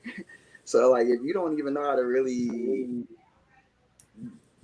I guess dive into your own emotions at all, then you're at that do not compute, and the only thing you really know is anger. Like you're still at that primitive Yeah. male. Right. Like that can be dangerous because like I think when we're talking about earlier, I was thinking like any territory that I would like for my future children to go into, I want them to be prepared. So like just for like just being on the streets, like self defense that needs to be done. Like whenever if you're gonna talk to somebody about certain situations, you kind of need to be cautious in those areas because I mean we hear stories and they may be sensationalized by the media and whatnot, but like we heard earlier, like overseas women are being raped daily, but we know that happens here. Like certain situations Not to are that rate. dangerous to dive into, and I know preparation is like a key to those situations. But if neither person is prepared or either know to be prepared, like that's how it's kind of hard to even have those conversations because people Yeah. don't know how to feel it. Like it's like it's Yeah. okay, okay to Yeah. feel it. Yeah, they're only, yeah, that's what I'm saying. Like, and the logic of that would be, I'm only justifying that with what I already know. You know what I'm saying? If nothing else, if I haven't known anything else or haven't seen it, then it technically doesn't fully exist. You know what I'm saying? That's something that's, you know, imaginary. And I think, like, to Seiko Toure's point, like, you know, imperialism and, you know, colonialism in general asserted a certain power structure that, you know, also solidified this kind of submissive relationship between man and woman, you know, and, you know, we're fighting the effects of imperialism in every aspect from race to gender, right? And so, you know, we should look at the ways in which, you know, the power structure is exerted on even the unit and the black man and the black woman. And then, okay, wow, so okay, both men and women are oppressed, you know what I'm saying, especially black men and black women. But then, okay, even another layer to that is like, wow, women are oppressed in the relationship of men. Oh wow, that's a whole nother level, you know. So I think he does a good job of really like stacking those two things, or like at least showing the parallels between, like, you know, I guess the effects of colonialism and how that kind of plays out in other relationships too, you know.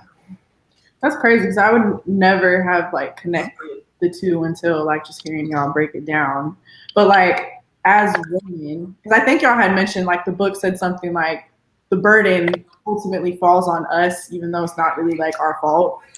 So like as women, and just like through this conversation, it seems like y'all not being able to tap into that emotional side is kind of somewhat of the problem. So like for y'all as men, as a woman, how can we help get y'all to that side? Like, is there things that we can do to facilitate that, make things easier? I'm just curious because I feel like that's where a lot of our disconnect comes from. And I'm like, you know, thinking back to past relationships and stuff like that. It's like, well, maybe I just wasn't like y'all breaking it down, like do not compute. I just really don't, I'm not understanding. Like, it's like, okay, this is actually makes sense. So I'm just kind of wondering what we as women can do to kind of maybe help y'all facilitate that. I right. think I know a couple Go ahead, things, Blake. and I think that there tends to be two main strategies that like guys who haven't developed their emotional intelligence very much. I think that like most guys default to two actions when the conversation gets heavy, and it's anger, like Zach was saying, and then also withdrawal.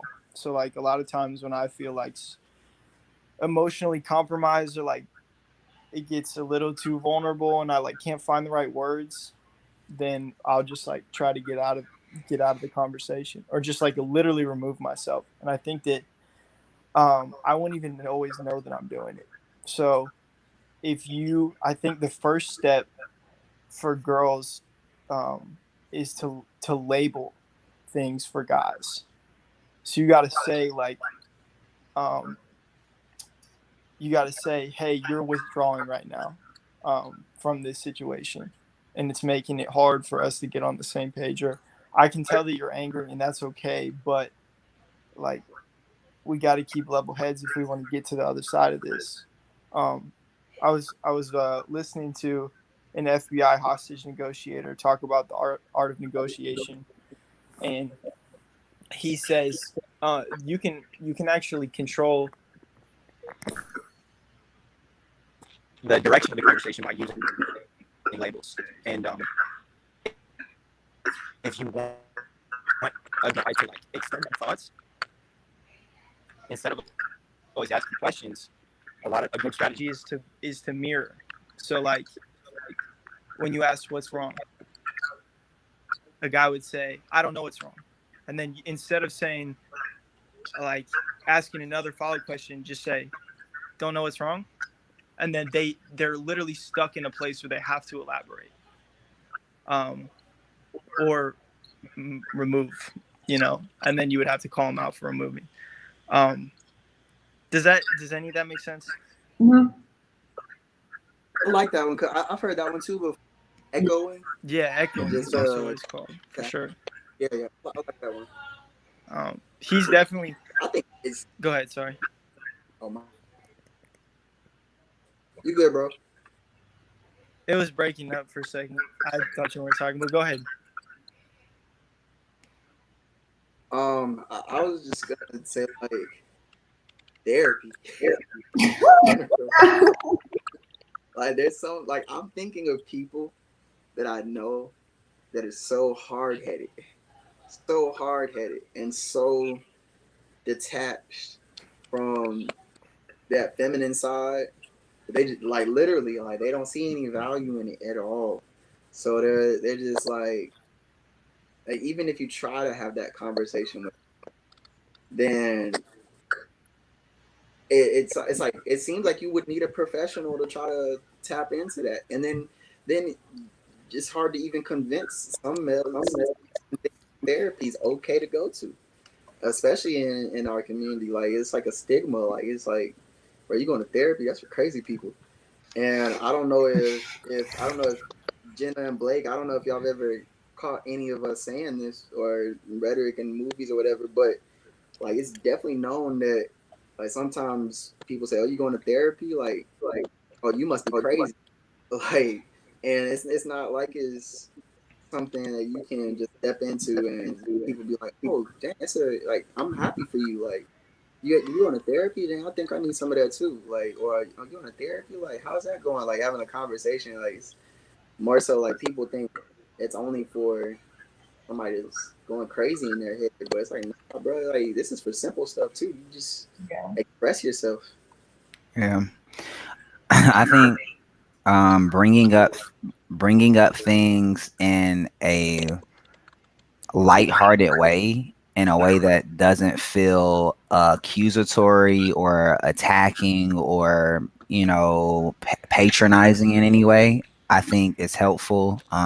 Just for pointing things out. Like sometimes it's an awareness of things. I will admit that sometimes it's more than just being aware of it to actually change it, but sometimes it's just being aware. Oh wow, I do have this habit, or I do realize when this is I do this when this is happening, and like, oh, it's been pointed out to me. Oh well, I noticed you tend to react this way, when XYZ happens, and then you've got an answer for that. It's like, oh wow, okay, yeah, maybe there is a trend there, and if I'm saying it's nothing, it sure seems like something if it's been a trend. You know what I'm saying? Or in the in the moment when it happens, it's like, it doesn't. I don't know. A lot of times things get very explosive and reactive. Like people run out of patience sometimes, and that's not always the best situation for reacting to one another. But like sometimes it just takes like, hey, you know that's how you being now, because I'll point that out with a woman too, and I try to be lighthearted sometimes because it's not always I'm mad at you for this now, but it's like, hey, I know you care about this, and then I care about it too, so I wanted to point it out to you. But like, hey, look, I'm not coming at you. And I would appreciate, the same for like at least even opening up the conversation for something that I need to do better or differently, and especially if I really am trying, I want to feel like, okay, hey, look, I'm not getting beat up every time it's getting pointed out. It's getting pointed out, That's a good point. I actually appreciate Jenna asking that question, because honestly, like most times, I guess I can get impatient because I'm like, how do you not know what emotions are? How do you not know how to deal with it? So you actually taking the time like, hey, why don't you connect with your emotions as much, and how can we help you do that? I think that's more patient, because like usually I would see that as like babying. But it's like maybe this is just their first time having this. Like they didn't have parents that taught them how to deal with emotions, or they didn't have a society that allowed them to experience emotions. So this relationship is the first time that they're able to feel it and express it and feel safe in it. So yeah, I thank you for even asking that question. Got you, girl. And I think it'll be different from situation to situation. But personally, to what Haven said, personally, I just need somebody to be patient with me. I want to express my emotions. I want to be open. I want to be self-aware about my emotions and how I feel and how that reflects through my actions and my words. But sometimes coming to an understanding of that emotion can be hard. Like sometimes I'm standoffish or I'm mad and I don't really even know why. And it's going to take me like some time to reflect and like, dang, what really made me feel this way? And, personally, I can get down into emotional loop where, something a couple of days could have like started the trigger of the emotion and other things add on to it. And now I'm so deep, I don't even really know why I'm mad anymore. Like, I'm just mad. Like, and I'll tell you, as a woman, that's like a really scary place to be in, because it's like we can obviously sense when something's off, but the inability to express something right when it happens, like you were saying, Jen, it just keeps building and building and building, and y'all not being able to, process it properly. Y'all come to a conclusion, and that's it. There's no changing your mind. There's no nothing, and it sucks because it's like you didn't even get a chance to help you process it. So now, like, the direction could have went this way. It went all the way left. For no reason. Men have to be a better and more active player in communicating how they feel and what they think, and being open to like sharing that, because I think that's kind of where the disconnect comes. Like there might be something that makes me mad, but I don't really speak. I don't really share that view, or vice versa, or it can make me feel any type of way. And me holding on to that and not really dealing with that creates a larger problem down the road. And on the flip side, I'll just push back and switch up a little bit. You know, I know there are times when I feel like I feel I'm pretty chill about, like, I guess I'm not very strict on what another person has to be for me. There are certain things that I prefer and I want to communicate that in a certain way of communicating, but sometimes I do feel that, and this depends on the person too, but I do generally feel that I guess women are more critical of what they want a certain kind of way. And it always feels like, okay, it's a one-way street of everything you need fixed for you. But, you know, meanwhile, I'm like, hey, look, I'm chilling on it. You know, hey, just let's just be, you know. And so sometimes it sometimes that is that's a source of tension, I guess, sometimes. And it's also interpretation from guys too, but just feeling like, you know, dang, something's always got to be corrected. Like I'm always doing something wrong, you know?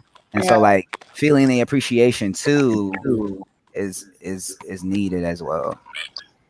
I think part of that comes into how people tend to deliver things too that they don't necessarily like, or I think a problem, and I found a problem in communication with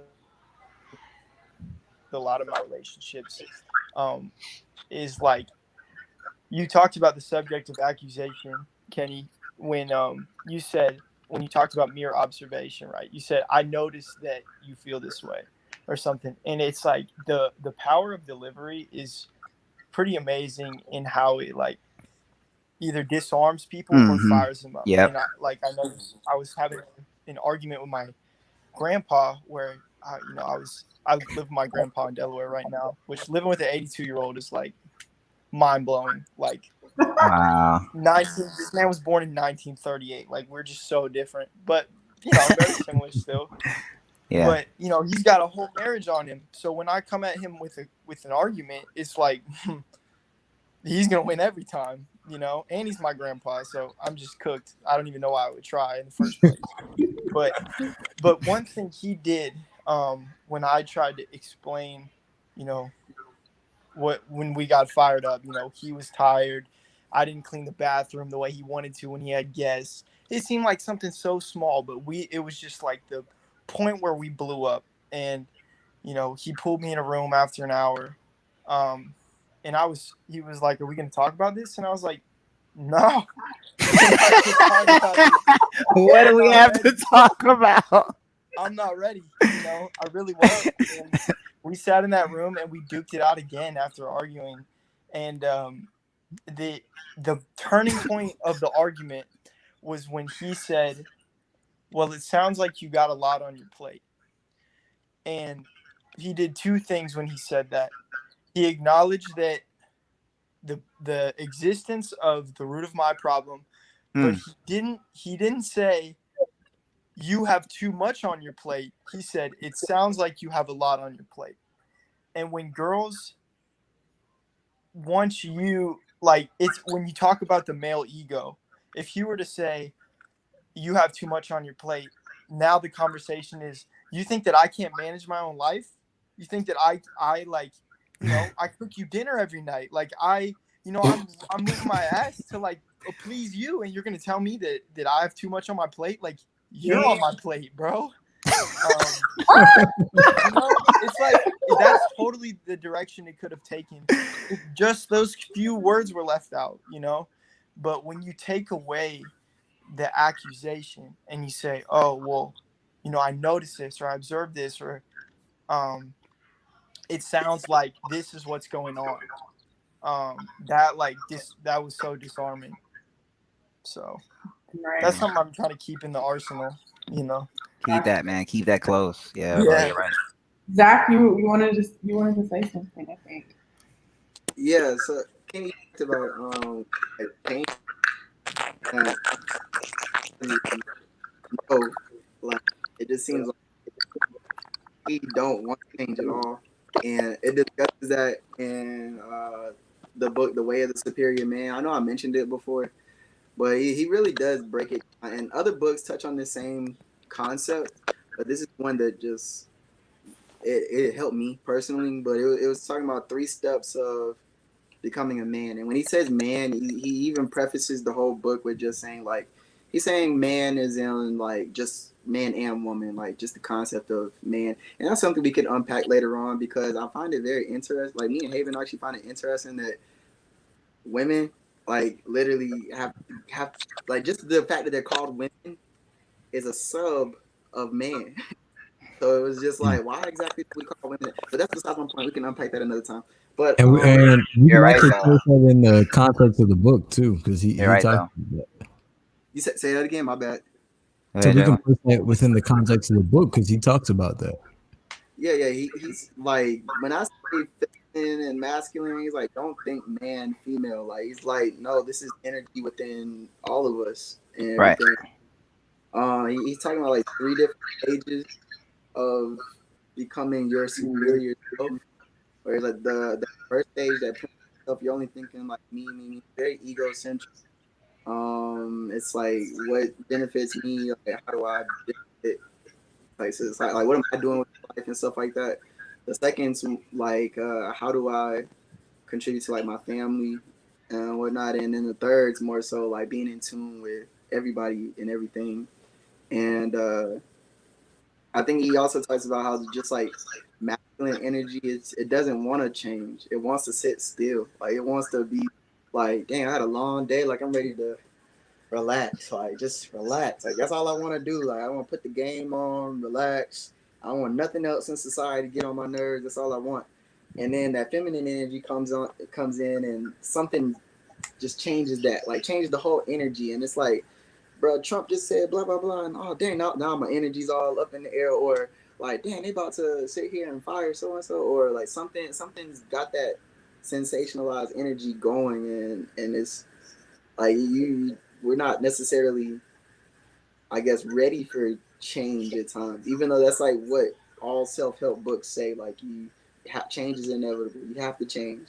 Like, you have to be ready for change, and it seems like, again, just relating this to a bigger scale, patriarchy, the whole system that we have now, doesn't want to change.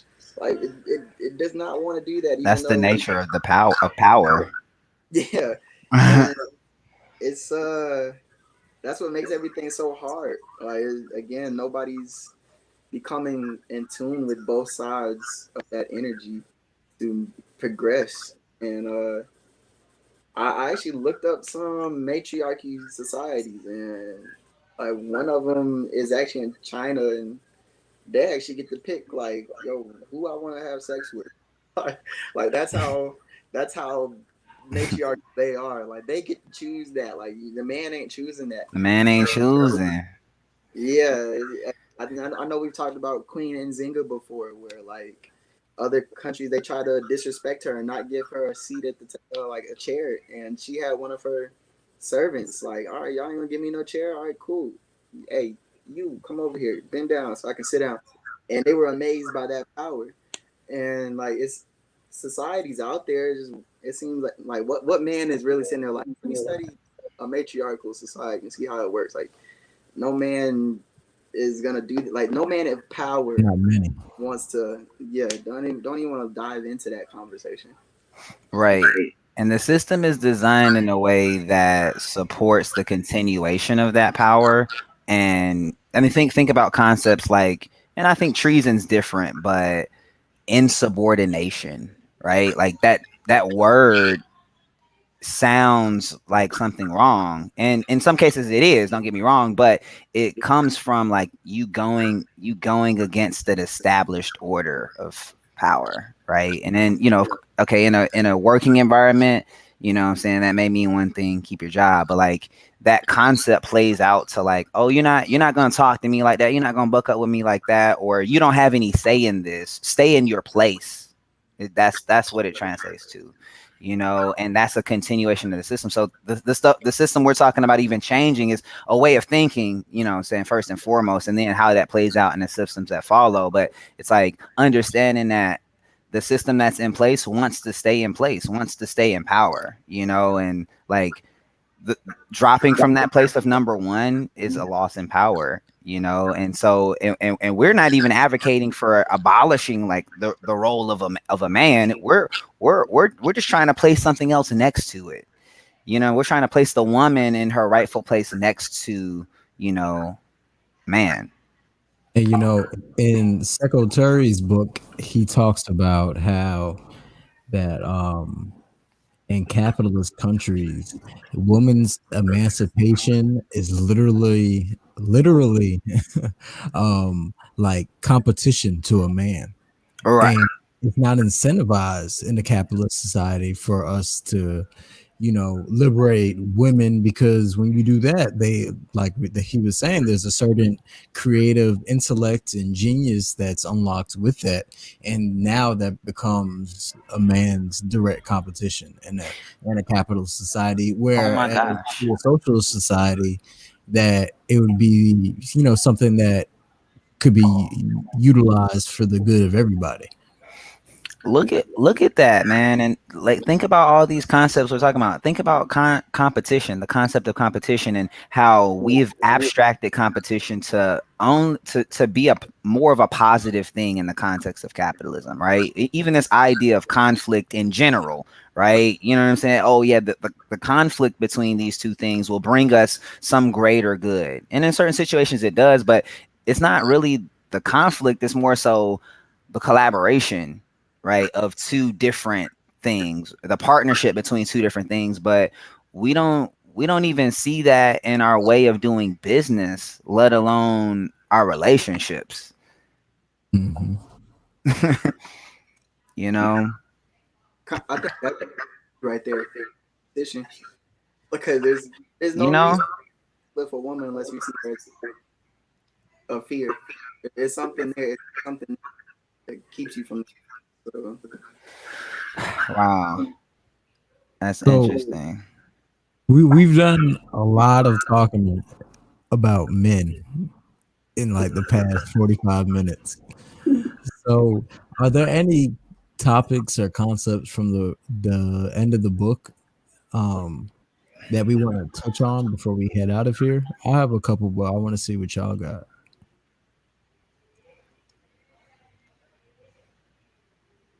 Let me take a look. you can go ahead and start it up while I look at the notes real quick if you want. Okay. So Sekou Touré talks about how the emancipation of the woman is the emancipation of an immense labor force within a society. So when you have women regulated to the house in that realm only of work, you're not really utilizing the potential of society. So you're capping out. You're disenfranchising with maybe the superior labor force of the two, and you're basically capping a society's potential in half. And I just found that to be very interesting. And like he was saying, like Zach pointed to, he was talking about the creative energy that would be unlocked through the liberation of women and what they could bring to, you know, a society culturally. I thought that was Yeah, you talking about is it in the chapter "Woman's Emancipation: A Factor for the Development of Productive Forces"? Yeah, let me go ahead and just go to it. And while you find that, I will say that, so right before this chapter, it actually talks about bees, which is interesting. So it talks about a society of bees, which is interesting because I know that bees organize you socially, right? So bees will end up specializing in a certain area of the hive, right? But that's not predestined or assigned. It's just whatever you're not using, you become more suited to using what you use in a better way. Right? And so it just talks about, like, I guess our society, our African society, or our society in general, being a part of like kind of this, I guess, a eusocial distribution of like people's roles or women's roles or men's roles, and not being so binary to what we know in patriarchy, right? And like you're saying, Jalen, you know, thus that will allow us to utilize more of our full potential, like women and men. Yeah, I Yeah. personally feel like that's what we actually are missing out on. like, Right. we're having to deal with growing as humans, like our humanity, but in that time period, trying to grow and grasp that concept of just being humans and developing that potential, like we're missing out on that. There's so many great, amazing, beautiful things that we could be doing out here besides trying to figure out how do we make like empower women. I don't even feel like that really should be a conversation at our age. Like that should be elementary. Like in my mind, like humanely wise, like in a humane type of conversation, like that's very elementary. Where it's like racism, like that's elementary to me. Like that shouldn't be something we have full courses on, but it is what it is, I guess. Yeah, we should. I want to read. I'll read one of these parts because this kind of echoes what we were talking about too. I'll read with you as you. So What page? at the 69. The nature and content of social organization are always the result of economic relations prevailing within a society and condition the political, social, and cultural relationships. And then this chapter goes into liberating and emancipating women as a part of the labor force, liberating and emancipating society from material needs by the collaboration between men and women, and then liberating women culturally. So as far as what our cultural or learned expectations of women are in society. So I think that really kind of connects together like this economic, political, social, cultural way that like our economy has really changed things, but like honestly how we can revise that with, you know, women fully in mind. Yeah, I like how, you know, right after that, so he talks about the socio-political development of women and how there needs to be no roles in which are irregular for women. And earlier in the book he talks about how like women when women get elected to officials in government, people act like very surprised and sensationalized, and he talks about that's just like a reflection of the society letting you know that there's not equality, because I mean it should be something that's normal. So like Kamala Harris, I think this is like, you know, a good talking point. If everybody's like, oh, she's the first, you know, black woman president or VP, and they're celebrating it, and I think it should be, there should be a place for celebration, but at the same time there have been women leaders across the world, and at the same time, you know, that shouldn't be something that's irregular. I want to add something too. So Sekou Touré is really also saying, so like on page 89 as well, he's really saying like this is happening in Guinea. So like the rising up of women in a militant way to stand and proclaim their role in society or their contribution period to society is very present, and it says that the women of Guinea is making history, that is, she is destroying the impediments to man's progress and creating a conjunction with men, her brothers, the ingredients of true social and human welfare. The women of Guinea is finally making history in a militant way, for she is henceforth convinced that the struggle can prove beneficial, and that the efforts made towards increasing the skills and attainment of man and people are always crowned with justice. And I read the other part, and placing therefore the woman at the center of the battle. And I think it's interesting to say at the center of the Guinea Democratic Party knew that the true emancipation of society is always measured by the degree of effective, conscious, and egalitarian participation of women in activities of the particular society. Yeah, and I like to enter that into evidence. So Secretary talks about how like equipping women with empowering them to have any role in society, equipping them with responsibility in society. But he also talks about like giving dignity to women. And I wanted to like open that question up. Like, what exactly does he mean when he talks about dignity? I thought when he's saying talking about dignity is because he mentions on one of the earlier pages of, I think you went to 89, but on 82 he says, if for the people of Guinea freedom is synonymous with responsibility, prosperity is synonymous with creative work. And in the beginning he talks about like just women's role in work, and I think right, having dignity of being able to get whatever you want or dignity of like getting, because he does talk about in there of like that being able to take away from material desires, where like if you can get whatever you want, you're not gonna have a desire or a want for those things, like if you are able to do that. So I feel like when you have that is possibly what he's talking about. At least that's the way I took it. Just being able to tap into that work that gets you what you really actually want. So like I think nobody really has dignity if you're not really doing anything at all. Like how do you have dignity if you're not doing anything? So I guess that's perspective though, because again, like people look at stay-at-home moms and say they're not doing anything. So I think that's possibly a perspective question. Go ahead. Who was about to say something? Go ahead.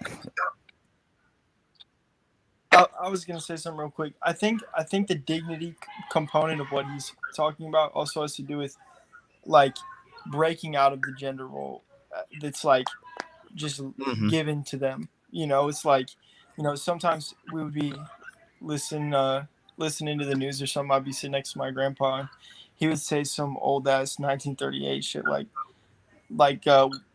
women don't belong in politics or something, and like that. As much as I want to grab him by the shoulders and be like, what evidence do you have that is like fact based that a woman is less qualified to be successful in politics, other than like it's more normal for a man to be in politics? You know, I think it's like he literally doesn't see it as a dignified profession for a woman, and I think that might be the stem, but it could definitely be other things too. Yeah, I do agree. I think what I'm realizing is our real abundance.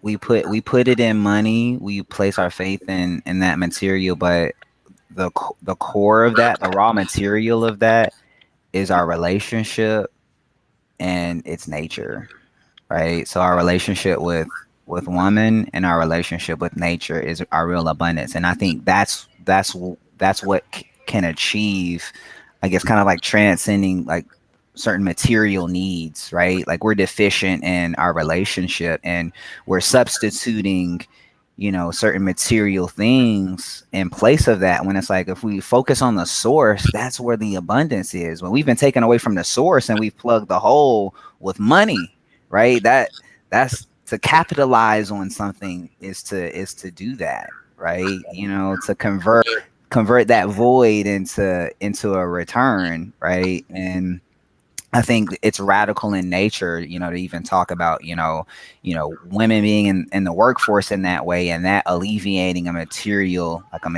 desire or a material need. You know, that just said a lot to me. I also like his fifth point on 84 Mhm, because me too. where it says the revolution is never satisfied entirely with its aims. The I'm on revolution that is page. an act of self Yeah, introspection. I'm looking at that. I feel like that's like the centerpiece of a lot of the things that we want in life. Because like we've been talking about different forms of oppression, and again, like all the isms are just oppression. It's the same thing with a different name.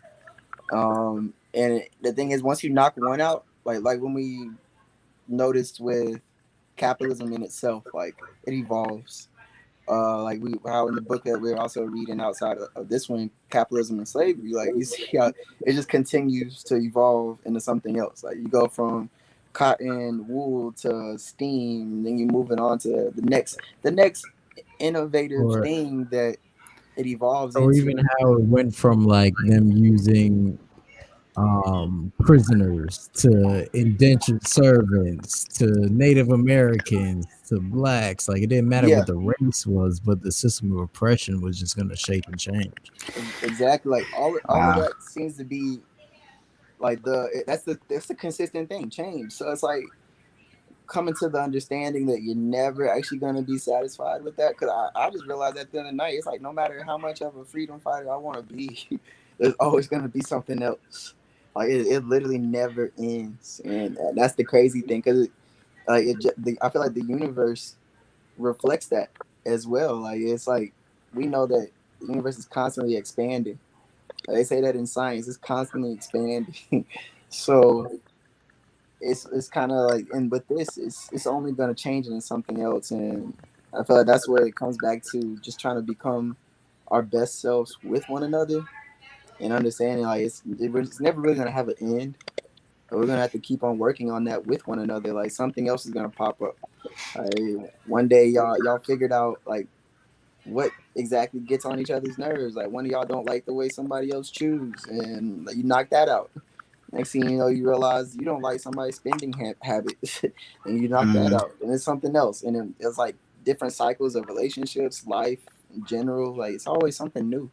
Yeah. So yeah. And Angela Davis was with her book Freedom is a Constant Struggle. She that was really a message, man. Anytime somebody's confronted me, that title, anytime somebody's confronted me with, man, like what do we do with all of this? Like, wow, you fight so hard to get an inch. And it's like I always think back to that book title. And my answer is, yeah, freedom is a constant struggle. And that's my resolve. You feel me? Like I resolve in that. But to speak to your point too, Zach, I think in all of that complexity and all of that evolution, I think it boils down to something really simple, right? So like y'all have seen the movie Inception, Christopher Nolan. You don't have to be a fan, but think about how they said how they wanted to get this idea to survive, right? They wanted the emperor to end up either they wanted the son to overthrow his father. They wanted him to take over the empire. But what was interesting about what Inception did, and this is true, but it says we have to figure out the simplest form of that idea. This is a complex emotion. The complex emotion is that of there's this tension between father and son, such that son overthrows father, takes the throne, right? The It started with a I'm saying all that to say it started with a simple idea, and that simple idea I think is rooted in relationship, and relationship no longer of being here, but of being here. Like it's that simple notion of above.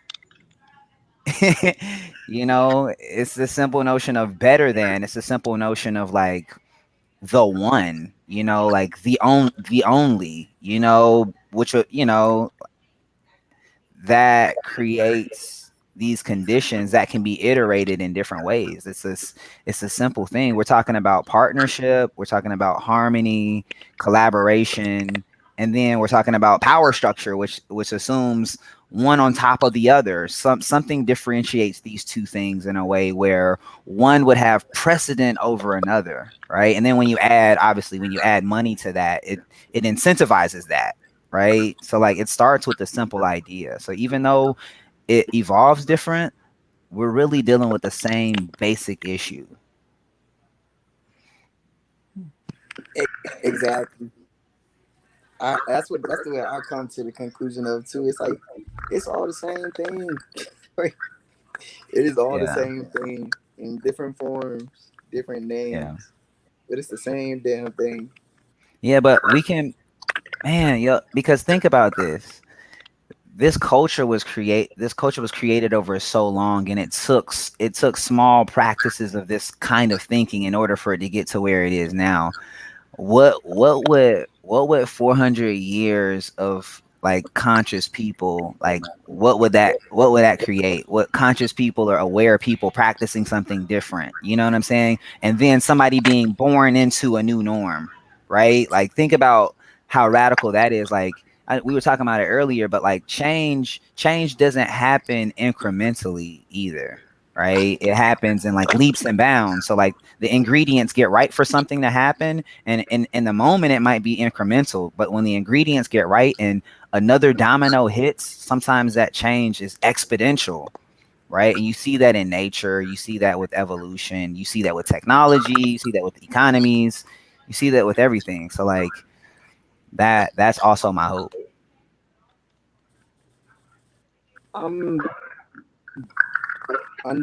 I realize like anything that comes fast is gonna be some repercussion from it that people aren't ready for. Yeah. And like it's like I want that exactly what you're talking about. I dream of that because I'm like I don't want to bring a kid into this negativity. I don't want to do that to you, dog. Like I love you too much. You ain't even out my sack yet, but I love you, and I ain't trying to get that in your life, like all this negativity yet. But at the same time, They're I'm participants like, too. yeah. You said what? I said they're participants too, so that they're Yeah. spectators as they are participants, so they could be a part of it, a part of that change, Yeah. not just in it. I just feel as though what we want to see is something like you were talking about earlier. Like we talked about, like we need like 100-year plan. 100-year plan. Have those egalitarian type societies, like start moving towards those. Whereas if we were to try to do that today, people would be like, "Oh, communism! Like you're trying to force me to do this. Like I got freedom, America." Like you would get so much kickback from people trying to force something to be equal. And like you're saying, it has to be a conscious shift, and it takes time. It takes so much. It takes time, yeah. I think we should think about too, like in it, it sounds cliche, but we say future generations or younger generations, but like I think thinking about generations that are here is definitely important. That's definitely where it starts. But also think about generations who aren't born yet. Like when we're trying to fight the status quo, we're talking so in terms of people who have experienced the past. But like think about people who haven't experienced the present yet. Like kids that haven't even been born, they don't know what the normal is yet. So like just that's so much space for different things to really kind of change. Yeah, that's how. Yeah, I mean, yeah. I was listening to this lecture and I found this very interesting, but Franz Fanon, I think that's who said this, but he was saying that the person, a person in which lives in the present and only thinks of self in the present does not aspire to be an ancestor or to have descendants. I just thought that was a good quote. So if in your present day and your actions you're only thinking about yourself, you're not aspiring to be an ancestor, you're not aspiring to have any descendants. It's something to think about. That's what kills me with climate change. And they saying we only got 7 years left to change it, supposedly. It's like, dang, do you really Yeah. want to just leave this place like a burning hell because of that generation? Like, is that really what you really want to do, dog? I That's what you mean, want that's your what it's legacy gonna to turn be. into. That's interesting. Wow. Yeah. So I wanted to hit this one point right here, Hey, and y'all. I feel like I do gotta roll out though, y'all. All okay, right. So yeah, y'all. It's been great talking to y'all. It's always lovely, Jenna. Thanks for joining us, Blake. Yeah, this has been cool, bro. You're very cool. You're very smart. You're a very smart Hey, guy. thank you. I have enjoyed this conversation so much, and I, definitely will be keeping a lot of your words in my brain as best I can. So thank you. I'm honored. Appreciate that, bro. Yeah, come back around, bro. Word, will do. Yeah, I'll see you soon, man. All right, y'all. Well, I'll holler at y'all again soon. Love, King. Hey, love same. you. Love you. So we do. I'm cool with cutting this at the 2:30 mark, so like 5 or 6 more minutes. But so this passage right here, it says the true sovereignty, the degree of freedom, and the democratic and progressive nature of a nation is appraised less by the theoretical value of the constitutional or legislative provisions than the quality of behavior of its citizens in the concrete application of the principles of justice, equality, solidarity for the benefit of each and everyone. And I just think that it's we can assess this in the context of women, but I feel like we can take this like to a greater extent. And especially in the case of America, like I see people debating about Donald Trump and the state of America and how America is not a racist society. Like theoretically, America might tell you it's not a racist society, but when you check the behavior of its like citizens, and if there's justice and equality for all, you can clearly see that. Or another example that I see is I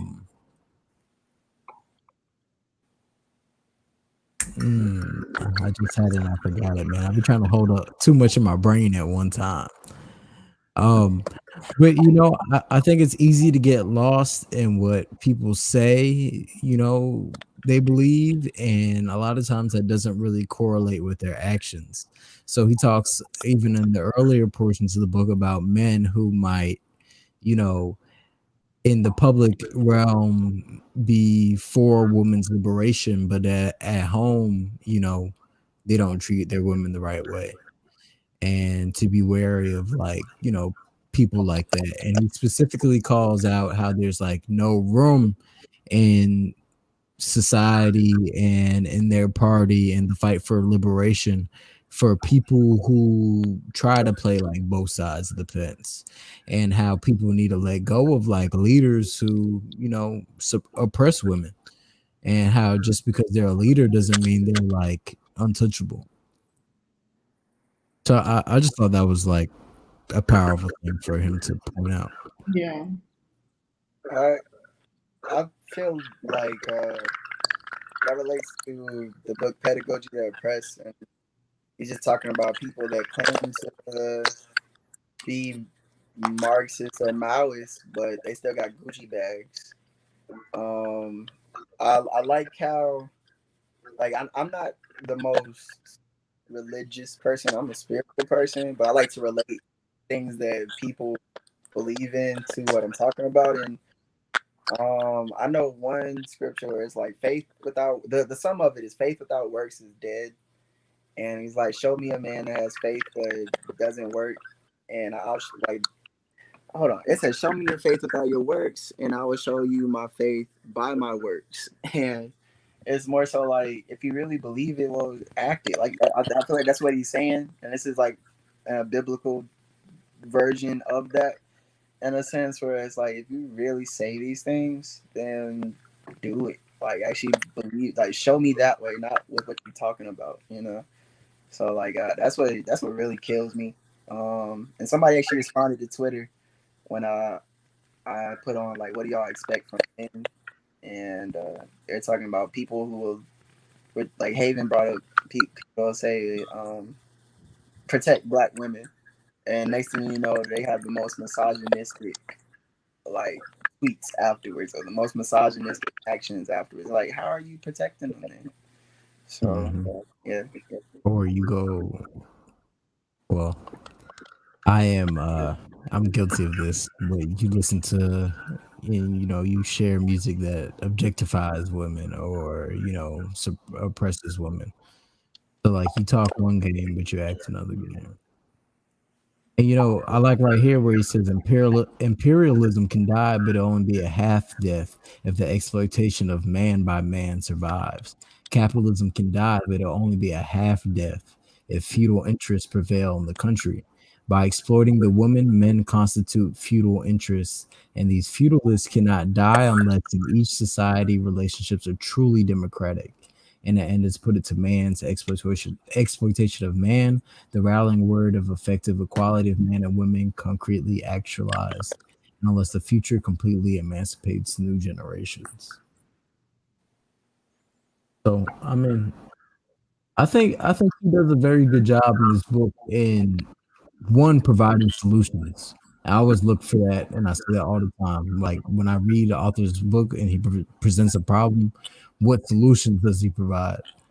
And I feel like this book is full of them. So I really applaud him for that. What would, just to end it out, what would y'all say is like y'all biggest takeaway from this whole 2 hour and 30-minute conversation?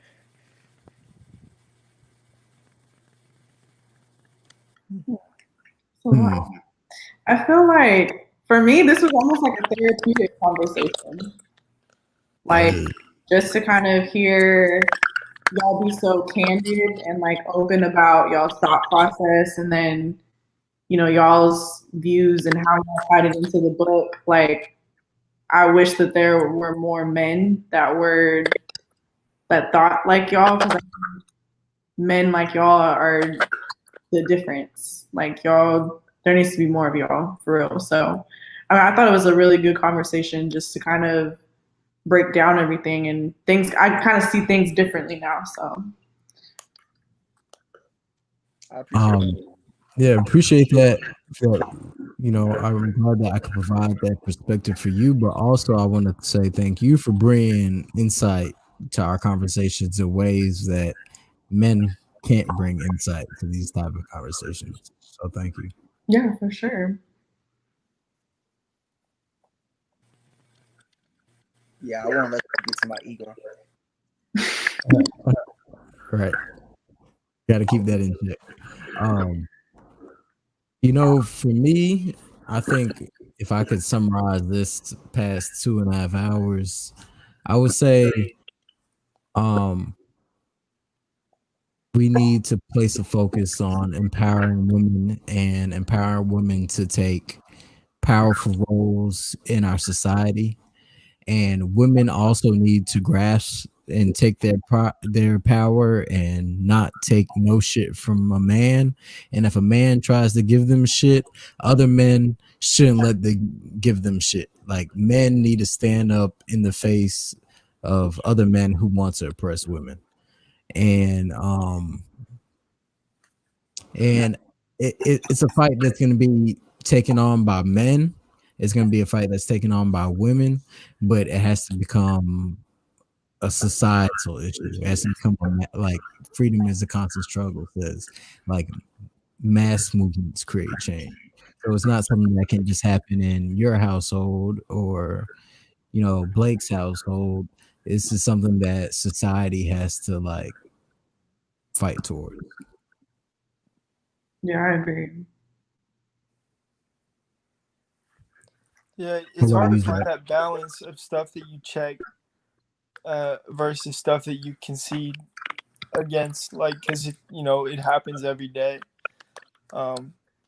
too. And it's like, I think this conversation makes me want to be a lot more intentional about like what I put up with. Sometimes I think about like what it means to be a social justice warrior, what I think that looks like, or what I think is virtue signaling. And I just like, I want to make sure that I'm better, like in the same way, Jalen, you're talking about, like men need to keep men accountable for what like respectful behavior towards women looks like, or like, when you're worried about kind of where you stand with your friendships, sometimes you'll concede and keep your mouth shut when somebody says something stupid about or something oppressive towards women, and it's like if I really am being the man that I respect or want to be, like you gotta take a stand, and I just gotta make sure I'm doing that, and I'm teaching other people to do it too. So definitely makes you want to work on your integrity, hearing what everybody has to say. So thank y'all for sure. Thank you too, bro. What about you, Zach? My biggest takeaway, I would say everything I said I agree with. I personally, like, I have to.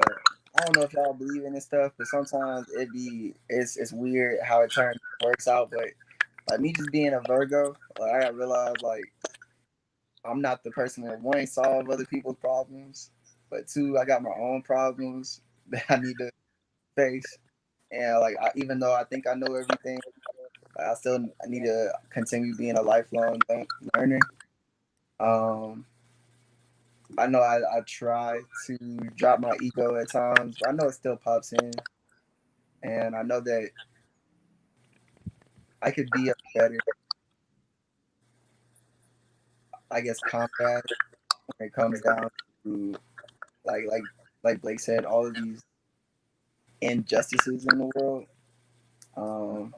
So like there's so many, and just continue to learn about them and staying consistent.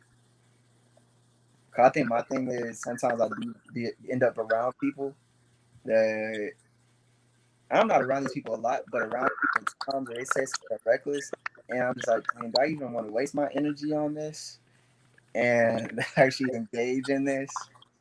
And then sometimes when I don't, then it does still hit my ego, and I'm like, dang, I should have said something. But yeah, I just want to be a better comrade to everybody in general. Hey man, that's profound. Yeah, for sure. Well, thank you, Secretary. That was a great book. You know, a great insight into women's liberation and women's rights. So we have an idea what we want to read next, but maybe we'll release that. You want to say that now, or we only have 2 people watching, so maybe we could say that on social media. Yeah, we can do that. But yeah, thank you guys for coming in and having this conversation with us. We really appreciate it. Thank you everybody in the comments as well. Yeah, y'all, this is like, I want y'all to know y'all are on y'all's key shit. Like keep doing this. Like y'all really gotta be proud of yourselves for real. Cause talking about this stuff, like I'm telling y'all, I feel like this conversation is like super therapeutic for me. So y'all keep doing what y'all doing for real. I appreciate it. Hey, that's what we got to do. Well, all right, y'all. All right. We'll be back in 2 weeks, and we'll let y'all know what we're reading next. Sweet. All right. All right. Thank y'all. Y'all be easy. Bye, y'all.